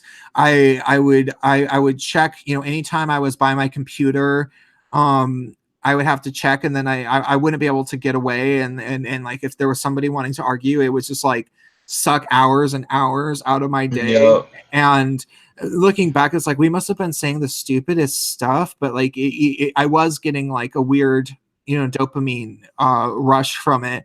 And but then I burnt out. Like I came down from that, and like, sure, I can get into that zone again.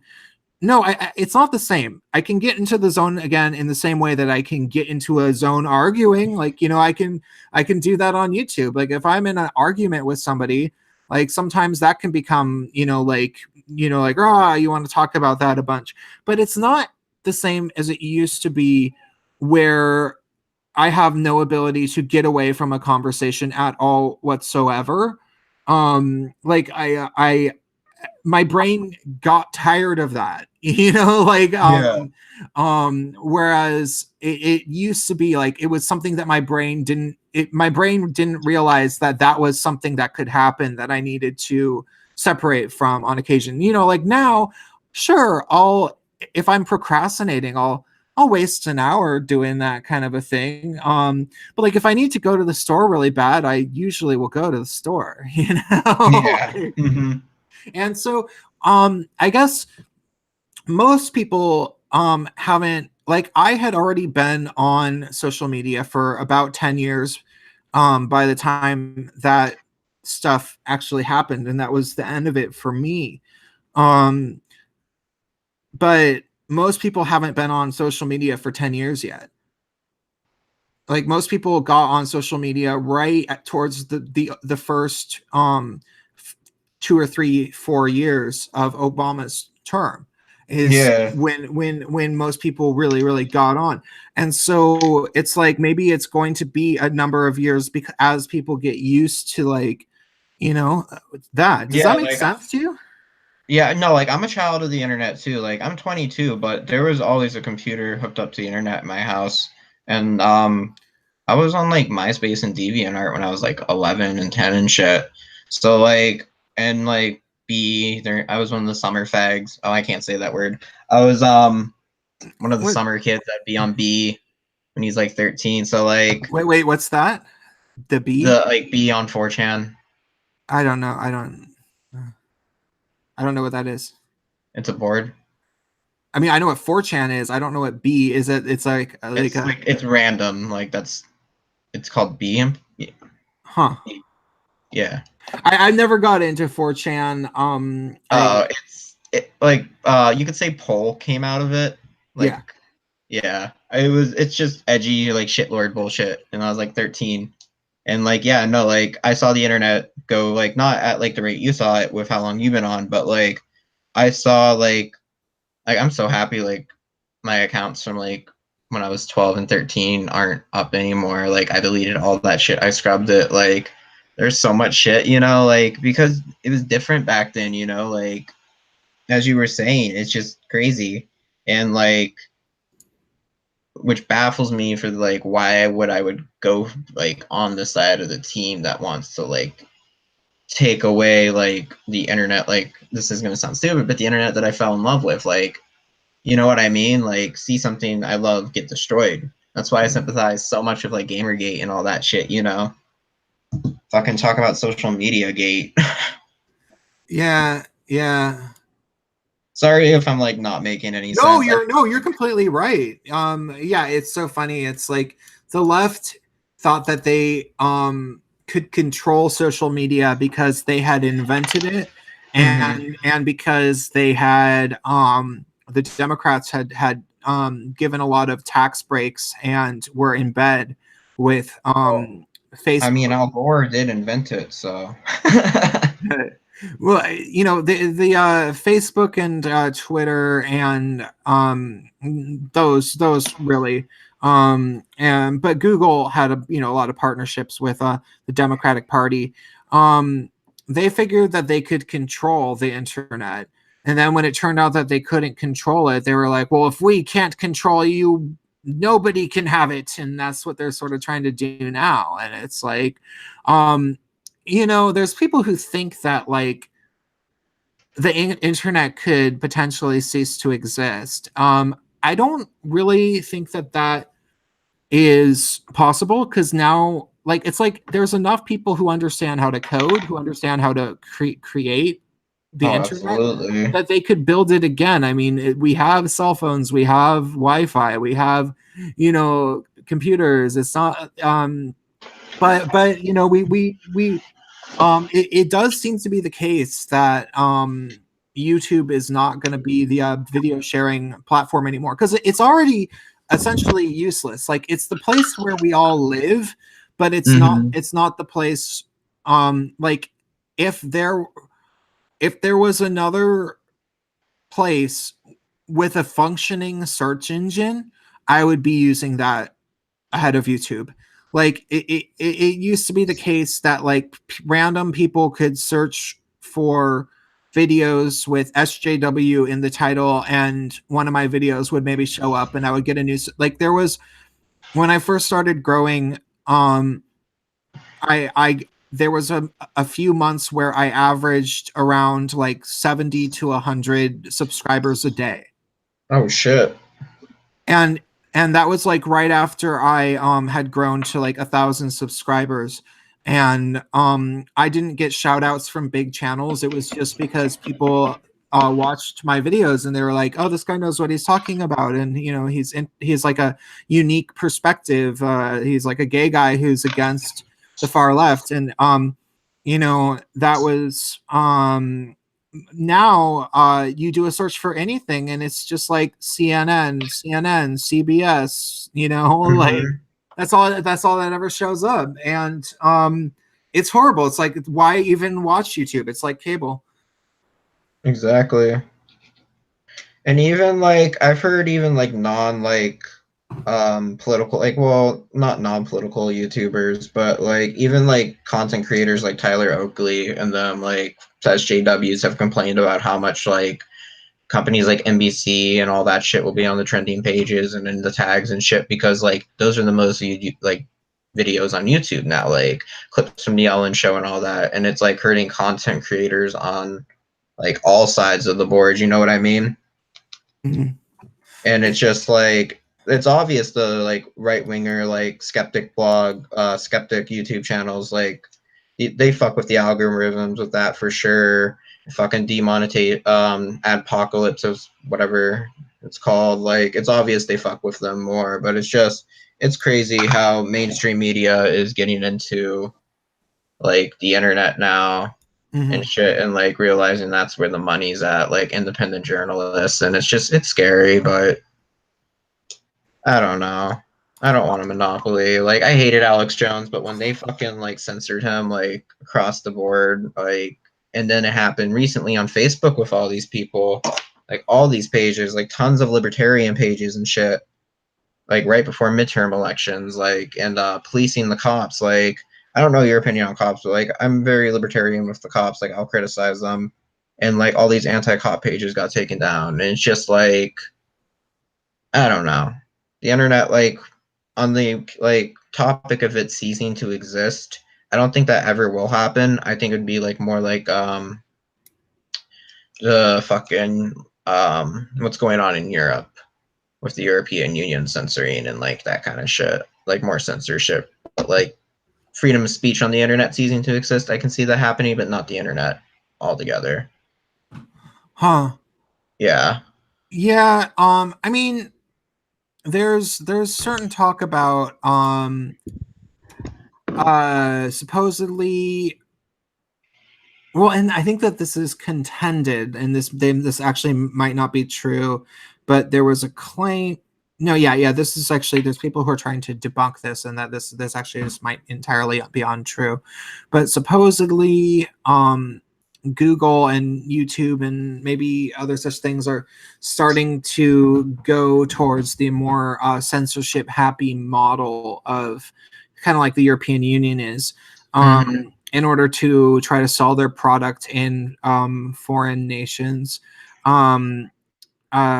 Which could very well be the case, but the thing is that, like, I mean, everybody already wants a different platform than YouTube. You know, it's hard because, like, I mean, YouTube it takes up so much bandwidth and memory, you know, and it's like, how would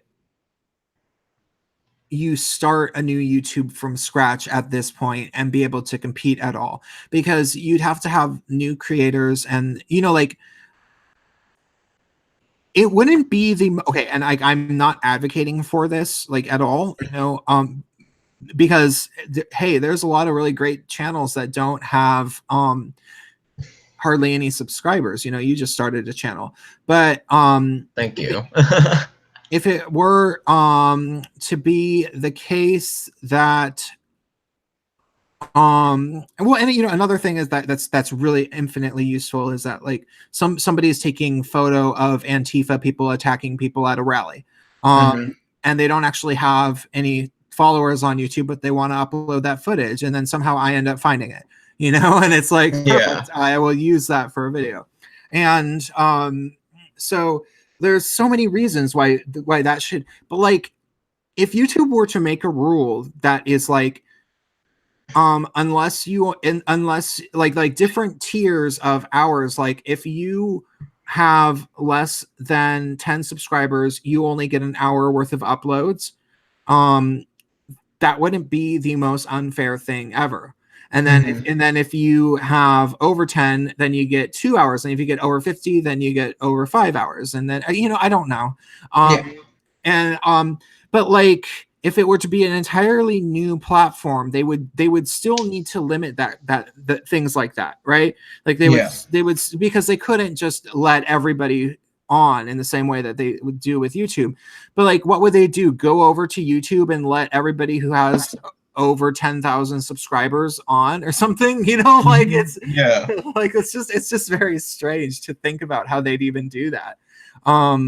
So I don't know. While we're on the topic of, like, YouTube and Google just kind of being scary and shady, there this article was posted by Breitbart on October 8th. I just pulled it up. I'm pretty sure I found out about it from Tim Pool. He's, like, one of my favorite YouTubers. I watched him. Yeah. Did you see the one about the good censor leak Google briefing admits adamant of free speech for safety and civility? Yeah, that's the one I was actually referring to. And then there's people who are saying that Breitbart shared flawed information that may have been generated from another source, and that it might have actually not been a memo from Google itself. Like, Breitbart might have actually shared a fake news story. Word. When I posted it on my Facebook page, I said it's Breitbart, so take it with a grain of salt. So I'm not surprised. Yeah, well, no, but Breitbart actually is pretty good with fact checking for the most part. They are very biased, but they're actually, because, and here's what you got to keep in mind. The majority of like pop culture, people who read news, it's mostly leftist, but people don't even realize it's leftist. Like, people don't understand that the New York Times is, like, completely 110% partisan, you know, and that you might as well be reading a feminist blog. Like, you know, they think that the New York Times is a reputable paper, and that it's one of the few things that you can always count on, the New York Times. Like, that's how people, like, kind of think of things. And then there's there's things that people will admit are far left, you know, like Vox and the Huffington Post or something. I do want to shout out the Huffington Post real quick. They wrote an article about Che Guevara. Yeah. Fucking props to them for that. Credit when credit's due. I think I included No, did I do that? And no, because I've recently linked to that. And maybe on Twitter or something. I don't remember why, because I've recently linked that, and so I'm like, did I put that in my video? That's fine. That's funny that you bring that up. So yeah, no, actually, the Huffington Post runs some pretty good stories, actually. Because I think it's because of the fact that they don't pay their writers, and they like never have, and so like it's not that hard to get opinion pieces or just things posted in the Huffington Post. um but the thing is that um um everybody admits that the Huffington Post and Vox are leftist, right? But then they think centrist is like the New York Times, and so then you have something like Breitbart that is right wing. Well, they are taken to be far right. That's what people think, that they're this like far right news site, and blah blah blah blah blah, and that they're just far right fake news. Everything that's on Breitbart is, and they've had that reputation for so long that being that they're kind of like the underdog, they know that they better fact check pretty well. Mm-hmm. Is what I think kind of goes on with them. But it, I think that the video that I was watching about that story that you were just mentioning, it's got from a guy named PSA Stitch, or PSA Stitch, and he debunked it, or he's intending to debunk it, like that's the notion. And he was saying that the document might have come from a third party site and might not actually be a Google memo, and he offered some evidence. I only watched the beginning of it. He makes long videos, and I don't like his style of video, because he'll do like little bits of like animation, and he adds music to his videos while he's talking. And I almost entirely, like, if I'm going to watch news type commentary, I don't want there to be like music playing. It feels propagandistic, and like you're trying to influence me, and so I get it. yeah. Wait, so I have a question. What's up? Being that you hung out with the Antifas, I always assume that their favorite YouTuber is, who do you think I'm gonna say? If they watch one YouTuber. I can't remember his name. The fat Maoist. Oh, I didn't even know that. Wait, fat Maoist. There's a fat Maoist. He's a fat third worldist. He's like fat as fuck. Red and black mohawk. Fuck, what's his name? Fuck, but he's a fat Maoist, and he has a pretty popular following. And like mainstream like leftism is very Maoist right now. That's interesting that they're so Maoist. Yeah, like they describe MLMs, Marxist-Leninist Maoists. Huh. Yep. I don't. Okay, so like I know, I forget the exact. I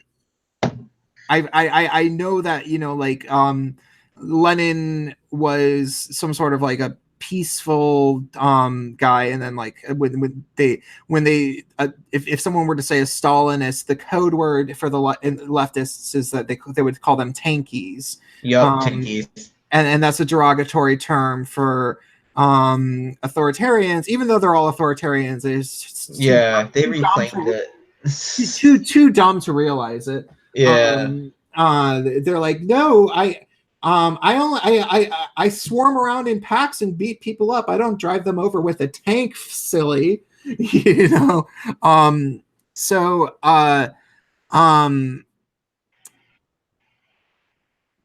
I forget exactly what a Leninist is. Basically somebody who thinks that you can achieve communism peacefully, right? For the most part, like he did kill the czars, so okay. Yeah, but like you wouldn't have to he was about speaking to the common man. Like he really connected well with like the working class. He is very about not open dialogue in the sense, but kind of like how Trump is able to talk to the working class in America, you know? Uh-huh. And he's very less like authoritarian about his ideas Mhm. per se, but like once Yeah. he comes to power, like, you know what I mean? No, And sure. then No, sure. He's trying to like actually get the people to want to have the communist revolution. yeah, and like I actually have a lot of respect for Lenin, Sure. and it's Yeah, just because they had never been tried at that point. So how would they yeah, know? exactly. Like he honestly thought it's like what would be best, and like after just like the little like bit of Russian history I know, like life under the Tsar wasn't good. Like it was terrible for those people. Like they needed a new system. Mm-hmm. And like I don't blame them, but like once Stalin got involved, like I am a firm believer if like Trotsky was never killed in Mexico, that maybe communism might not have failed as bad as it did in the Soviet Union. Hmm. But like Stalin just drove it into the ground like completely. And like there's people that like back Stalin, like saying like unironically making gulag jokes while fucking like what's the word, like getting triggered over Holocaust jokes and like making excuses for the Holodomor and saying it's Nazi propaganda. Like it's just complete like So why this and this, okay, this is another question. I don't know why exactly did Trotsky and Stalin have beef with each other? Trotsky was more about like world communism. Mm, Stalin was more like focus on here. okay. It's And like so he why did Stalin decide to kill Trotsky? Because he felt like Trotsky was going to try to usurp his authority. well, Trotsky was exiled and then he went to Mexico and he was killed in Mexico by an ice pick. Oh, Yeah, and Stalin was I was just watching the what was the movie um Kahlo, the Frida Kahlo movie, but it's not very historically accurate anyway. So yeah. um um but okay, so what was the other, oh, so how does Maoism differ? It's just a lot more like they take like the idea of like self-criticism started in Soviet Russia, but like Mao kind of like evolved on that with struggle sessions, which would be public beatings of people that went against the ideology. Like just stuff like you think Soviet Russia was bad, like the Cultural Revolution of China was just fucking like reading Mao is what made me like start questioning like what am I really getting into? And like I'm no expert on Mao. Like don't get me like I'm not trying to tout myself up as an expert, but there's people out there that will like that say like Tibet like deserves what happened to them and what they did to Tibet was terrible. It was fucking insane. And even in China now they're ignoring it. They like these people claim to be all about like Islam and like they don't have to assimilate in the cultures. But in China right now, which is trying to bring back like like full-blown communism, they are putting Muslims into camps, re-education camps, where they're suffering physical abuse. Yeah. And people on the left are saying that this is lies. Mm-hmm. And it's just Wait, like, why are they saying that that's lies? Because they support China? yeah. Huh. Yeah, I had a internet friend who lived in Hong Kong who was very outspoken against. He was a leftist, but he lived in Hong Kong. But he was very about like Hong Kong being separate from China, and he would be getting in fights with like white leftists who are just all behind China, like white leftists that live in America that are all about China. They're arguing with this guy from Hong Kong about how he should feel about China, like moving in on them Hmm. and like taking away their sovereignty. Huh. Yeah, and just like I don't know if this is the right word for it. It is, I think, intellectual dishonesty. Like just ignore, like it's just I don't get it. Like it's like a religion at this point. Oh yeah, And yeah. like I feel like that's why so much of atheism YouTube has picked up on this debate too. Like it's like when does the ideology stop and like the religion start? It's just mind blowing. And like I don't know. I Yeah. probably sound like fucking like No, no, you dollar sound store Joe Rogan right now, but you do sound like a lot of us, but not in a bad way. word. Um so Okay, I guess that gives me so are you aware of um the reasons why leftists are so vehemently defensive of Islam? Have you ever heard anyone elaborate on why that is? I watched a Milo Yiannopoulos speech on it. Did he just sort of like say that they are, or did he mention that there's like He had a lot. He like highlighted the similarities between it, like Mhm. between the two things, like segregation of gender, but like different methods of going about it. But it would be the same ultimate like um conclusion, which is like the downfall of Western society. Mm. Yeah. Because well, that's true. So there is an actual historically noted, it's not super historically, it's late last century, so like probably the later parts of the 1980s, and all through the 1990s this was brewing, and it really started to become manifested during the anti-war efforts of the Iraq War. um, uh, there's an actual alliance between communist governments and Western communist organizations and actual Islamic governments. And they started having meetings, like UN meetings, where they would like roll out the red carpet for Fidel Castro and, like the Saudi princes or things like that. And they would discuss things. And it's, I mean, obviously, it's not like the United States intelligence knows exactly what they talked about. But one thing that we do know is that, these Islamic governments, they have money because of oil, and then Mhm. communist governments are always broke because they're communists. And so eh, uh, they also both hate the United States in particular, but the West in general. But they in particular hate the United States because they We won't bend the knee. well, and yeah, and also because the communists see the United States as the emblem, the biggest machine of all that which is evil capitalism. They think that all of capitalism revolves around the United States, and so they are most interested in taking down the United States. And the funny thing is that uh, the, they use the phrase like postmodern neo-Marxism, and it is a good way to describe it. I just call them intersectional feminists, Mhm. if I can, because that is it. Intersectional feminism is a rebranding of communism. It's all the same people. It comes from the same, I mean, it might be like one or two generations removed, but it's the same crap.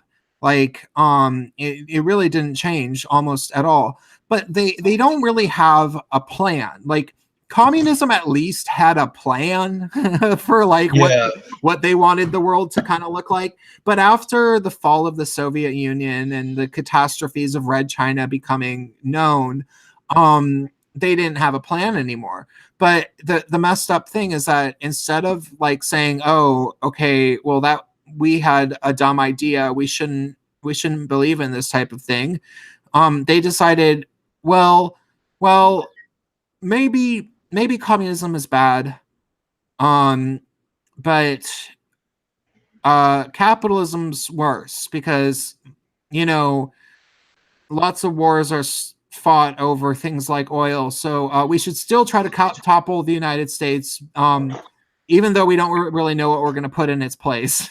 and, Mhm. and so these people literally think that. Like I've read, historic texts, like texts about history books that are like go through like major thinkers like Noam Chomsky and stuff who Yeah. believe this stuff, and it's really messed up. Yeah, I mean, look at there's that Twitter post by the New York DSA that literally, like they said, part of their campaign is open borders. Yeah. And that like plays exactly into it. Like, I'm no nationalist, like, but like we need fucking borders. Let's be real. Like, it's like it sucks to have to say I'm not a nationalist, to say like I think we need to have borders and people need to assimilate into the countries they like immigrate to. I've been called a nationalist for that. I was talking to someone about what's going on in Sweden, about how first generation immigrants are refusing to assimilate and identify as Swede, like as Swedes. And she was like, "That's really nationalistic for a libertarian." And I was just kind of like, "Wow!" Like, like I'm like my dad's first generation Irish immigrant, and his mother was Polish, and same with my mom. Like,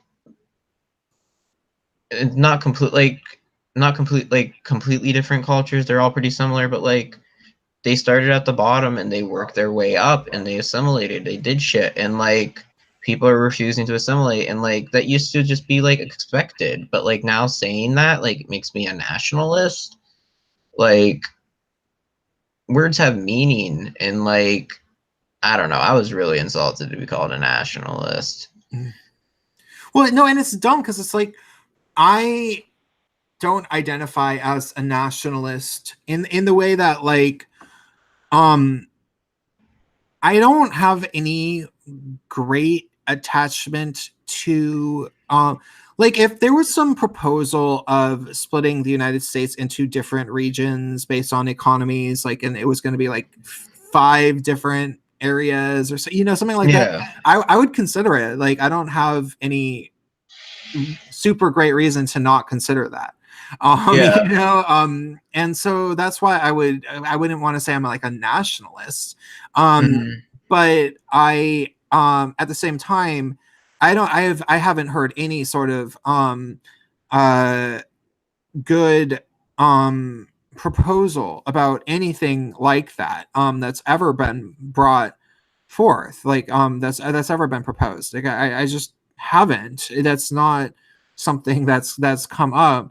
And that being said, to just try to pretend that we should just act like, yeah, no, open borders, endless immigration, and then like, give the same type of social services to immigrants that we should have native born people and blah blah blah blah blah, like, well, but that's not a good idea either. And if you're going to want to call me a nationalist for that, well, just up yours. Like, that's not yeah. So it's a actually have you heard of this book, The Coddling of the American Mind? No, I haven't. Okay, well, it just came out this year. It's by an author named Jonathan Haidt, and it's it might be worth reading. If when did you like red pill yourself? Like, when did you like date that guy that you broke up with? Like, it was a 2-part type of thing. Like, I took half of the red pill probably like a few months before I met him, and then so it was like about like a year process in the making, finally hitting like its climax like 4 or 5 months ago. Okay. Yeah. So yeah, for me it's been about just about really 3 years that I've been fully committed to, like, like, okay, I have to like really know my, this is not going away. I have to stand and face it. I can't run forever. And I think that about a year into the process, this would be a really good book. So it's called The Coddling of the American Mind, Greg Lukianoff and Jonathan Haidt. And it goes through, it's largely about campus culture, and but it also goes through like, how did the university students end up this way? And I haven't gotten to the parts where they might be talking about social media, but he illustrates sort of like, he has like the list of great untruths, is what he calls them. So like, sort of like the 10 commandments, or like the list of truths, but he calls them the great untruths, because there's these things that have been taught so much on university campuses and in the far left. And one of the there's a number of them that he mentions. I forget how many. But like one of them is catastrophizing, like people. Oh, no, that's not one of them. But just dichotomous thinking. You're either with us or against us is sort of one of the ways, and that has really been exploited to the nth degree, because it's not just you're either with this position or against this position. It's more like you either you have that position, or you don't have that position, when maybe that's a complicated discussion by itself. But like, since they've decided that you're a nationalist, then they can also decide that you're transphobic or something. You know what I mean? Like, it becomes this whole like there's no in between. Like, it's like either you are Antifa or you're the alt-right. And that's like a pretty annoying thing that's going on right now. So I mean, like, look how they treat fucking Tim Pool. Like, people call him alt-right. They say he's sponsored by InfoWars because he accepted a donation from Paul Joseph Watson to investigate what was going on in Sweden. Like, this is like one of the only like independent journalists that I fully trust. Like, watching, like, getting my news from is Tim Pool. Like, I trust the dude. He says some untrue stuff though.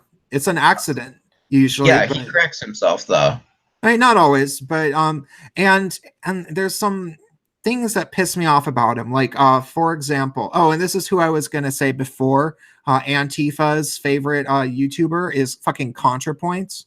I like ContraPoints. Oh, how dare you? Okay, this is over. We're ContraPoints is literally my least favorite YouTuber. They're awful. No, but like, I appreciate the aesthetic. That's what everyone says.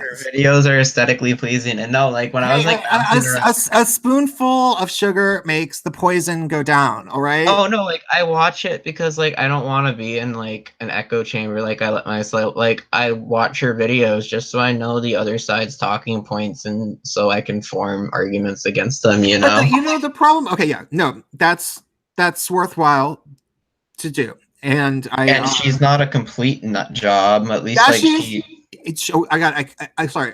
I said like, she.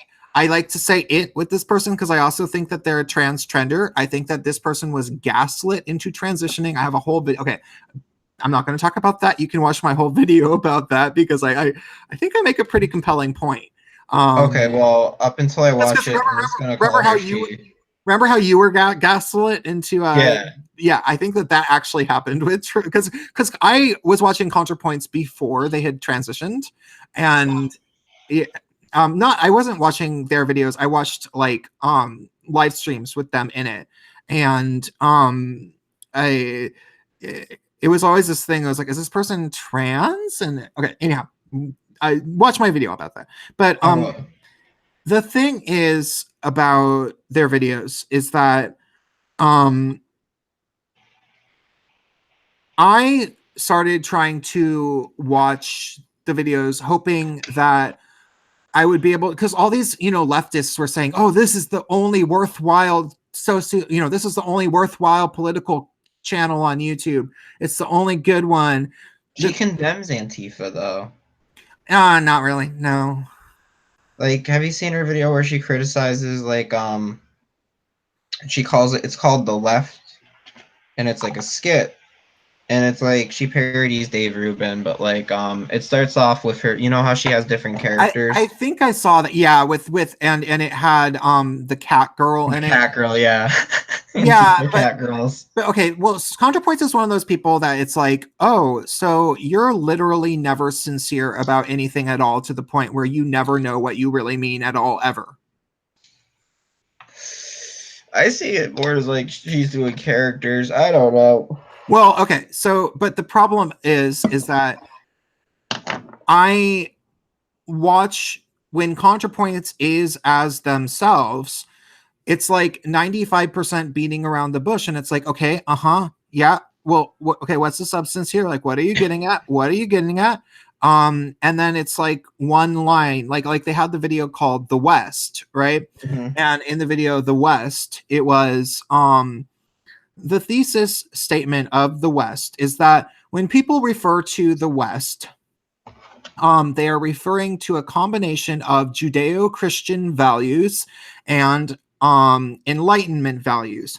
However, referring to a combination of those things could be seen as inherently self-contradictory because part of Enlightenment values was secularism. And so if Judeo-Christian values is, you know, that's like a religion thing, then wouldn't you be separating from it? And then ContraPoints basically says, you know, the point of this video is that things are always evolving and changing. And then ContraPoints slips in the thesis statement, like the actual argument. ContraPoints says, so maybe we're currently going through an SJW revolution. That was the actual argument, literally in that one line. And then the other 20 minutes of the video was like, you didn't need to actually watch it. And it was just this little, and that's why I get really bothered by this person, because I feel like they're a propagandist. And so yeah, but okay, why did I even bring ContraPoints up? Do you remember what we were talking about right before asked me what I think Antifa's favorite YouTuber is. No, that was a while ago though. No, because there was what were we talking about right before this? Tim Pool. Oh yeah, Tim Pool has said that he likes ContraPoints, and I don't think that he's ever like I just don't see why anybody of his like standing who has as big of an audience would make such a like don't tell your fans that it's okay to actually like ContraPoints. Like, I can see the merit of saying, like, I find some of their videos entertaining. I can see saying, you know, like, yeah, they're funny skits, like, fine, whatever. But like, if you're a news channel, like, because ContraPoints says all sorts of very intellectually dishonest things in the videos, like blatantly misrepresents people's arguments. Like, if you watch the Jordan Peterson video, it's the like, Jordan Peter. It is awful. It is like a horrible misrepresentation. And ContraPoints has the nerve to sit there and say, many people assume that everybody's just afraid of Jordan Peterson's arguments. Well, I'm not. And it's like, oh yeah, and then you go on to lie about what the arguments are. It sounds like you're scared of them to me. It just so I have to wonder. I'm like, Tim Pool, did you actually force yourself through ContraPoints videos, or did you hear from somebody that ContraPoints is a smart leftist? Because a lot of people say that ContraPoints is a smart leftist. The only reason that I ended up really, really investigating ContraPoints is because I took a 2-week uploading break for my birthday, because I was working too hard on YouTube, and like I was like, you know, I need a break. I should like watch a bunch of videos. And so I was like, I had heard people kept bringing ContraPoints up, but this was, you know, like in like February. So ContraPoints hadn't blown up at that point. You know, they had maybe like 50,000 subscribers, not nearly so many. Like now they have like over 250,000. And I was looking, I had tried to watch a few of the videos before, but then was always just bored. Like I don't find them funny. They didn't seem like they were making any good points. So I was like, okay, well maybe this person's smart. Okay, fine. I don't know. But I tweeted at them saying, hey, would you maybe want to do a live stream? Because I was tweeting at a number of people, and they didn't get back to me, but a lot of people said that they wanted to see it. And then I ended up finally, I was like, well, they didn't get back to me. That's kind of annoying, because a number of people said that they wanted to see it, and a few of my like diehard audience members were tweeting at them a bunch, like over and over, they said. And so I was like, okay, cool. So I was like, well, while I'm waiting on an answer, how about I just actually watch some of their videos? And I liked like 2 of the ones from the very beginning about like what, because they had one called Why I Quit Academia. And Yeah, I really like. Yeah, that was. that was like an actual good video because and then the one called something like how I became a feminist SJW, and it was about how people started calling them a feminist SJW. Now, I didn't actually like that video in terms of the argument that ContraPoints was making, but I felt like it was at least largely pretty honest in the way that a lot of people could probably relate to it, and like why is it that all these people started calling me a SJW? And so it's like I those weren't awful videos, but then I started watching these other ones and I was like, okay, how do you actually feel about anything? And then it became this thing where I was like, wait, I need to actually watch a bunch of like enough of these videos that I could confidently say I understand this person. But then the more I watched, the less I understood. They deliberately wanted you to feel like you didn't get them. You know, you meet those pretentious people like that in college who it's like their whole shtick is like, I'm so mysterious that you don't understand me, you know, and that's kind of how I felt about ContraPoints. And so I have to wonder if like, are a lot of the people who say that they like that channel, have they just never actually watched it or like actually paid attention, or like do they follow those run-on sentences with like big words? Like, do they even know what is meant by them? And maybe that's the case with Tim Pool, but it really bugs me because I deeply hate ContraPoints because I made a critique video, and when I made the critique video, a bunch of their fans swarmed me like piranhas like ever since. And so and then what happened was see, the thing is, I didn't know if this person was officially trans or not when I made the video, because I had never seen a mention of transitioning. Like, I just didn't know. And they I knew that some people called them she, and but the majority of people in the sort of like sort of more like right-wing sphere on YouTube call them he, and they used to refer to themselves as a cross-dresser, and gender fluid at one point. Yeah, and so I was like, okay, I don't really know, I don't really care all that much because I've known a lot of people who are like gender queer type people. So I just called them Contra in my video because I honestly, it was like, okay, maybe they would appreciate being called she, but ultimately if I did that, it might confuse the audience members. And if so, I'll just call them Contra, because the best way to refer to a trans person or a potentially trans person if you don't know their pronoun by is their first name. Yeah, and that's what they teach you if you're around a lot of trans people. Yeah. And so that's what I did in my video. And then everybody accused me of being transphobic for not using their preferred pronouns. You can't win. yeah, and I was like, oh my god, you're crazy. And so it escalated, and then it got to the point where like the only time that ContraPoints ever did tweet at me was, okay, so like I had said that I wanted to have a stream where we just like talked about, you could dig up the old tweets. It was just like, hey, I figured we would maybe want to stream sometime, because I think that we come from a similar place in that, you know, I'm LGBT and I came from the left, but I'm not so much left anymore. And I think it would be interesting for the audience to see what we have in common and don't have in common. Something like that, like something very simple, right? And it was a few months, and then like all these people were accusing me of like being transphobic for not calling ContraPoints she, when all I did was call her Contra.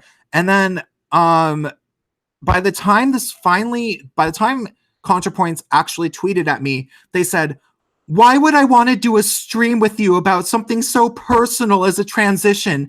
I don't even know you. How entitled. And I was like, that wasn't what like what? And that made me want to like, you know, I was like, oh, if you were in the same room as I was, if we were at a party, I would throw my drink on you, you know, because like, I have to wonder if I really doubt that ContraPoints had actually thought that I had wanted to do a live stream about that. Because I made a whole video. It was called Dear ContraPoints. Like, you can watch it. And it was just about my opinions of their political views, and that's like, you know, like you can watch that video. It has nothing to do with their gender. I basically act like the gender isn't a factor at all. You know, like I just don't bring it up. And so it's like, I refuse to believe that ContraPoints actually believed that I wanted to do a stream about gender. And what I think it really was that ContraPoints watched my video and realized that if I ever debated them, I would tear them the vagina that she supposedly wished she had, or whatever, you know, because I'm smarter than her, and or at least more educated or whatever. You know, well, you know what I'm saying. Yeah, I get you. And so posting that on Twitter, saying like, why would I want to have a stream about my gender identity, was basically like a shield for them to protect themselves from criticism from me. And I just felt like it was really, really cheap. And so that's why I really, really hate this person, because I feel like that's a really cowardly thing to do. And so maybe it's like, you know, maybe that's me having this like weird personal thing of like being harassed by their fans for months and months, not like harassed full on, but like getting so many comments for so long that were like accusing me of being a transphobe for doing the thing that you're supposed to do around trans people, you know, like, so maybe I shouldn't be too hard on Tim Pool. That's the point. Yeah, where'd I feel it? And like, at least they gave you views. Yeah. That's how, like, I don't know. That's how I'll look at it. I don't know if I got any new subscribers from that video though. I got people who were mad at me. So I have but like views though, don't those matter? Sorry, I'm new to like YouTube money making. Like, don't views matter? It was a demonetized video. They demonetized it. Yeah, I don't know why. That it was strange. ContraPoints is almost certainly one of, so YouTube has been known to pick teachers' pets that they try to deliberately stack the deck for. They did that with Anita Sarkeesian of Gamergate, which was very obvious, you know, feminist frequency. And then they had their other little teachers' pets, like Cat Black was one of them. Cat Black would brag about meeting with the board from YouTube and, like, you know, knowing Susan Wojcicki, the CEO, not uncommonly. And so this was right when ContraPoints was starting to get more and more attention. And I'm you know, I don't have any evidence of this, but like, I mean, I don't think anyone has any hard evidence that Anita Sarkeesian's channel was given preferential algorithmic treatment. Like, I don't think anybody's seen the receipts on that. But it's pretty obvious that it was, because it was garbage. And so, yeah, I think it's pretty clear that ContraPoints is favored by YouTube, because like they blew up so quick.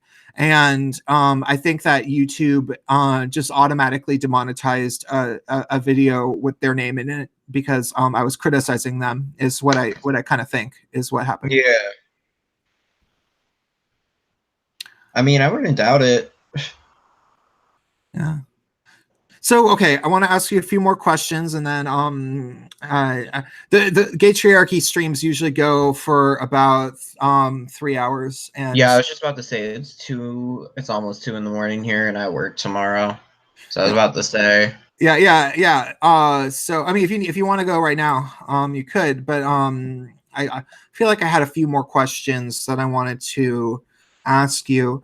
Oh, okay. So is there as your everybody should go check out his channel, by the way. It's called Rational White Trash. I mean, largely, if you've been listening to this whole stream, you've largely heard a lot of what but no, not all of it. Go watch the videos. But he's a relatively attractive young man, and Thank you. is there a life after the LGBT to you, for you? In terms of like, are you dating at all? Have you considered trying to date? Are you not dating? Do you use hookup apps? My past 2 relationships showed me what it feels like to have sex with someone I care about, and I don't really want sex outside of that anymore. So like, got the hookup apps out of my life. Lesbian at a bonfire told me I'm too good for Grindr, so I deleted it. I still have Tinder because, you know, like, at least around here they say like for Tinder, for the gays, like that's what you use for like boyfriends, grinders, or fucks. But like, I'm not even on Tinder much. I'm planning on transferring to an out-of-state university, like for next year. So I'm not even really looking for anything. I'm just focusing on me in school, really, and like whatever else I can fill my time with and work. Yeah. Okay. So what about like social life? Like, do you hang out with other gay people at all? Do you I hang out with like some bi girls and shit. Like, I try to stay out of the LGBT community. It's just, I don't know. So Like, what about like gay bars? Like, do you ever go to them at all? there's one gay bar in my town, and like I support it because like I'm really good friends with the head bartender, and like they're good people that own it, and like, you know, like it's the only one in town, gotta support it, you know. But like, I don't like the crowd that gets there most of the time. Like, the drugs and shit, like the party and play is really big in the gay community here. Like a lot of Tina and shit, stuff that I want to Apparently, it avoid. is everywhere. Yeah, it's an epidemic in the gay community that no one wants to talk about. Yeah. No, that's some actually watch my video. Will PrEP cause a new gay plague? Oh yeah, absolutely it will. Someone in California contracted HIV from his partner while on PrEP because his partner who there's 4 people that are known to have. Oh wow, I thought it was the first one, but the dude, No. yeah, he got it because his partner stopped taking his maintenance drugs and didn't tell him, and he has it, and it's whatchamacallit, like it's a fucked up strain. I know there's different strain. I'm not too educated on HIV and shit, but like it's a drug resistant strain or something like that. But yeah, it's fucked up, and like I don't know, like I posted a video about my complaints with the gay community. It's the video that made me want to start making YouTube videos because I posted it on my Facebook and I got a lot of positive feedback. And it's just me drinking beer and smoking a cigarette, talking about like my problem with the gay community and how it is all about sex now, and like really, like, it seems like as a community we are so self-hating, and so like not everyone in the community, but the community, it seems like a community that's given up with the amount of degeneracy in it, especially gay men, and I feel like that's a huge problem. And like the left encourages it. Oh yeah, no, that's something that we talk about on. See, we're just now starting to talk about this stuff, but that's like a lot of what we actually talk about on the Gaytriarchy channel. One of the co-hosts showed up in the chat. I don't know why he's not on the stream. He's in Hong Kong right now. He's doing ESL teaching, so he might not be able to join us. But the thing is that we spend a lot of time talking about how gay guys have been forgotten about, and like we might as well go die in a trash bin as far as the left is concerned. Yeah, no. I don't remember his name or when he said it, but he said gay rights is the F word and a feminism. And there's tons of like gay activists and HIV activists, like from like the 70s through 80s through 90s. Like I don't know the exact time period, but yeah, I know like there was a book called uh uh escaping the new gay liberation, escaping the I'll just say it because whatever, escaping the fag end of feminism. that was yeah. Yeah, sorry. Yeah, I know it's a good book, and yeah, Yeah. that's what we talk about that a lot, and some of the other. Did you take a look at that Gaytile playlist that I sent you? I think, or told you to watch on my video. I had videos playing in the background while doing schoolwork, Oh, okay. so I was tuning in and out. Yeah, well, I'm curious.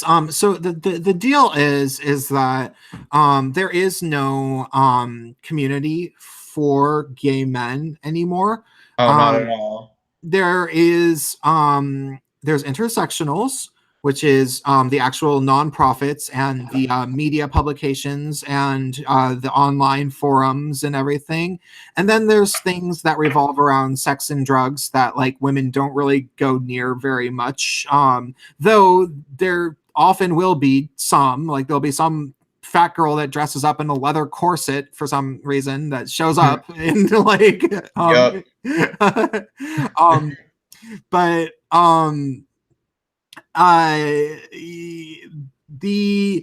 uh the the kind of the notion is that there used to be we used to at least be allowed to have gay male spaces even just 10 years ago. We used to Hmm. throw events that would be like for gay men, and you'd have to like be in with somebody who was higher up in the organizing, or like a performer or a DJ, and be a woman and like actually expect to get in this. I mean, and it would probably be a private party, but like still we had Yeah. that, and like no one cared that we did that. And I mean, sure, I'm thinking of like San Francisco, but that's what things like kind of used to be like. Hmm. And um that doesn't exist anymore. And in fact, not only have the women invade, not only are women there, the women forced themselves in, and it was this sort of a hijacking, like hostile takeover of it's not even really lesbians so much as I'd say it's mostly trans trenders, like Yep. females, 100%. and they're the ones that are the most vicious, and it's just like these white girls that just want to order everyone around, Yep. and so and I think that the gay sex nightlife stuff, what I think it kind of really is like guys go to those places. I don't think that they go because they're like, you know what I should do? I should go out and like dance till 6 a.m. and get high on meth and have unprotected sex in a bathroom. Like, I don't think that that's what they're thinking in their head. I think it's a little Yeah. bit more that they want to be around a place where they can like do whatever they want to do around guys, and like Hmm. pretty much only guys, and that's what it ends up being, Yeah. because the intersectionals won't allow them to have a space to actually be gay men. And so the gig towel thing is about Oh um yeah. Now I know what you're talking about. yeah, it's about breaking off from the LGBT and not wanting to be associated with uh to varying degrees. Like there's no one way. Like there's three commandments of gig tao. It's just simply like, this is something that only gay men can participate in. Like, you can't be anybody besides a cisgender gay man. And then when the action that you're taking is anything that benefits strictly you or other gay men exclusively. And then the third rule is that anybody who seeks to change either rule 1 or 2 is diametrically opposed to the movement. So like any gay guy who tried to say, well, I don't know, maybe we should include trans guys, well, that guy's out. Like, fuck that guy. Yep. um Hmm. and so I guess I just want to close by asking you, is this something that you can relate to? Does this interest you? No, because like I don't know. I'm me first. My gayness is a footnote, you know? Like I would want things that would directly benefit humanity more than just me, Hmm. you know? If that makes any sense. Like I'm an individualist, you know? I criticize all identitarian movements from Black Lives Matter to like I consider MGTOW one. It's just we're individuals, and I feel like a lot of our problems are starting to stem from that type of like tribal thinking. It's just So you're an intersectional? Not intersectional. It's just I don't group people, like I don't say all Black people have the same lived experience. It's the exact opposite of intersectionality. No one person. Okay. We're individuals. We're not groups. You know. Well, yeah, but okay. So like in terms of GGTOW, and for the record, I don't personally self-identify as GGTOW. Mm-hmm. I didn't coin it, and I also like I still have trans friends. I like to think I haven't necessarily. No, I can think of at least one that I still talk to, not uncommonly, and I I have a lesbian, like the last gay bar that I went to, I went and met up with a lesbian friend who actively dislikes feminists. So you know, Those are my favorite lesbians.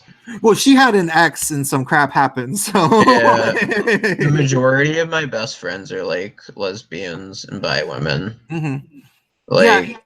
Okay, so that's a good reason to like potentially not want to identify as okay, now I can see why that would make, but like okay, I don't think of GGTOW as being like our cat's gay who came up with the phrase, came up with a whole video about why he doesn't feel like it's an identitarian thing.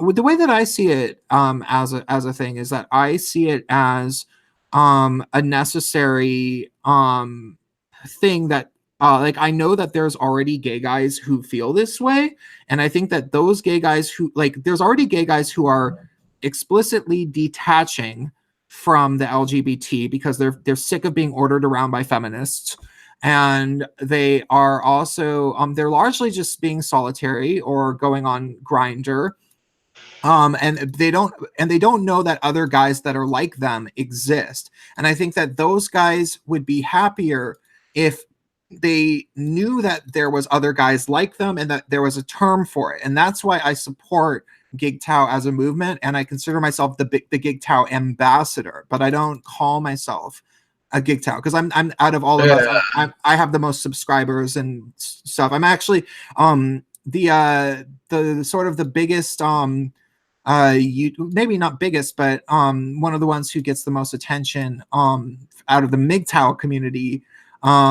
is this guy Turd Flinging Monkey. I'm supposed to go on his podcast on Wednesday. I've never talked to him, and he says some stuff that's probably pretty misogynist, probably sure. And I don't know how that's gonna go, but like, you know, I can go on his podcast and talk to him, talk to his audience about the fact that there's gay guys that are doing something sort of similar. So that's where I stand with it. Yeah.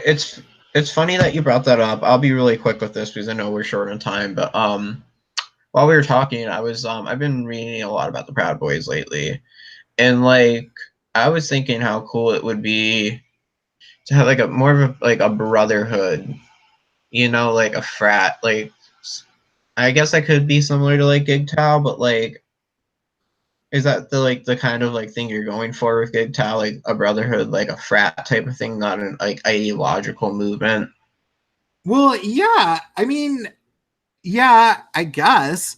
Well, the notion. Okay, so Katz came up with the term, right? Mm-hmm. And he and this other guy, Feral Cat, have been the most trying hard to go into depth about actually identifying more of like philosophies around it. Mm-hmm. But what I did, and I kind of Spacepan actually made kind of a funny joke in the he said Prince of Queens is angling to front a band, Prince of Queens and the GGTOWs. Love it. But so when they started doing that, what I realized this I realized just through knowing how other things have happened that are kind of similar, which is that there's always a potentiality that there will be conflicting opinions about how you actually are this thing, you know, and then there will be conflicts, and some people will say, well, that's not what gigtow really is. No, that's not what, you know, that's not what feminism really is. That's not what MGTOW really is. People do that stuff all the time, and I didn't want to fall into that trap. And so that's what compelled me to write the three. I was the one who wrote the 3 rules of gigtow, you know, that are just like, you know, this is something only gay guys can do. It's just something that only benefits gay guys who, when they do it, and you can't change those rules. And it also, it doesn't forbid people from like hanging out with other types of people. It just means that like when you're being a gigtow, like when you're doing like, okay, so like me, Prince of Queens, I don't identify as gigtow, but mostly day to day I act as a gigtow. I live a gigtow life. But that's just because I don't go to gay bars and I don't hang out with intersectionals. Gigtow is an action. It's a thing that you do, and it's just gays going their own way. Like gay guys only caring about gay guys when it seems like the thing to do, and that's right now. That seemed like the thing to do. Me care about myself, and me care about the gay male community enough to make my YouTube channel where I've made a fair amount of videos about being gay. Not the majority of my videos by any means. It's actually a small percentage. But in that way, it's not ideological. It's really just this notion of having a brotherhood and having I've said a good motto would be like, gigtow isn't a way of life. It's a reminder of who's going to be with you for the long haul.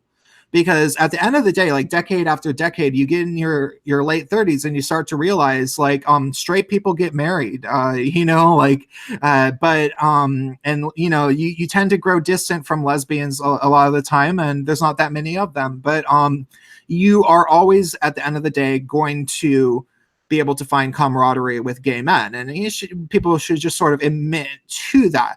But then at the same time, if there were gay guys who wanted to make it into a philosophy, they can. Like Feral Cat, for example, is very into helping gay men reclaim. Actually, you should really watch his videos. He has a new channel called Breaking the Rainbow. His new channel name, and yeah, and he's really big on trying to help gay men reclaim their masculinity and defining what masculinity for gay men should be. But you know, like he accepts that that's you know, something that he works on, and like we don't disagree about things, but like that's not necessarily like a commandment of gigtow. Like it's just a part of like how he would encourage guys to be, and he thinks that they would be most happy. And so does that help explain sort of like how it's absolutely. Yeah, I don't go back and like rewatch the stream you did about it, or the video, like with my full attention and not doing other stuff, because I do want to like look more into it now. Yeah. Well, take a okay. The you know, the playlist, the video that's at the top of the playlist is not a super interesting video. I just uploaded a video a few days ago called MGTOW versus gigtow, and that was probably a more entertaining video. And it will probably kind of explain it. So okay, cool. And can you email what's that one YouTuber's name, Breaking the Rainbow or whatever? Absolutely, I absolutely will. All right, awesome. Thanks. Well, it was great talking to you. Yeah, absolutely. Thanks for coming on. Oh, absolutely. It was a pleasure. Thanks for putting up with my stoned ass. I got real anxious and I was like, I need to calm down, and then I took too big of a bong rip. It was like, all right, I'm here. Yeah, anxious when you're gonna talk, and you're nervous. Smoking pot is usually not the best plan, and then you think it's gonna be. And then I was like, I had this idea in my head. I was like, oh, I'm just gonna be like cool, calm, and collected, you know, being that fucking stoner, fucking philosopher. Yeah, but yeah, no, it was good having you on. And you weren't. There was, you know, like I could sort of tell that you were stoned sometime in the like losing train of thoughty kind of way, but no, you were a good guest. It was a good live stream, good first live stream. Okay. Awesome. Thanks. I promise I'll be more professional next time. No, you were great. Talk to you later. All right. See ya.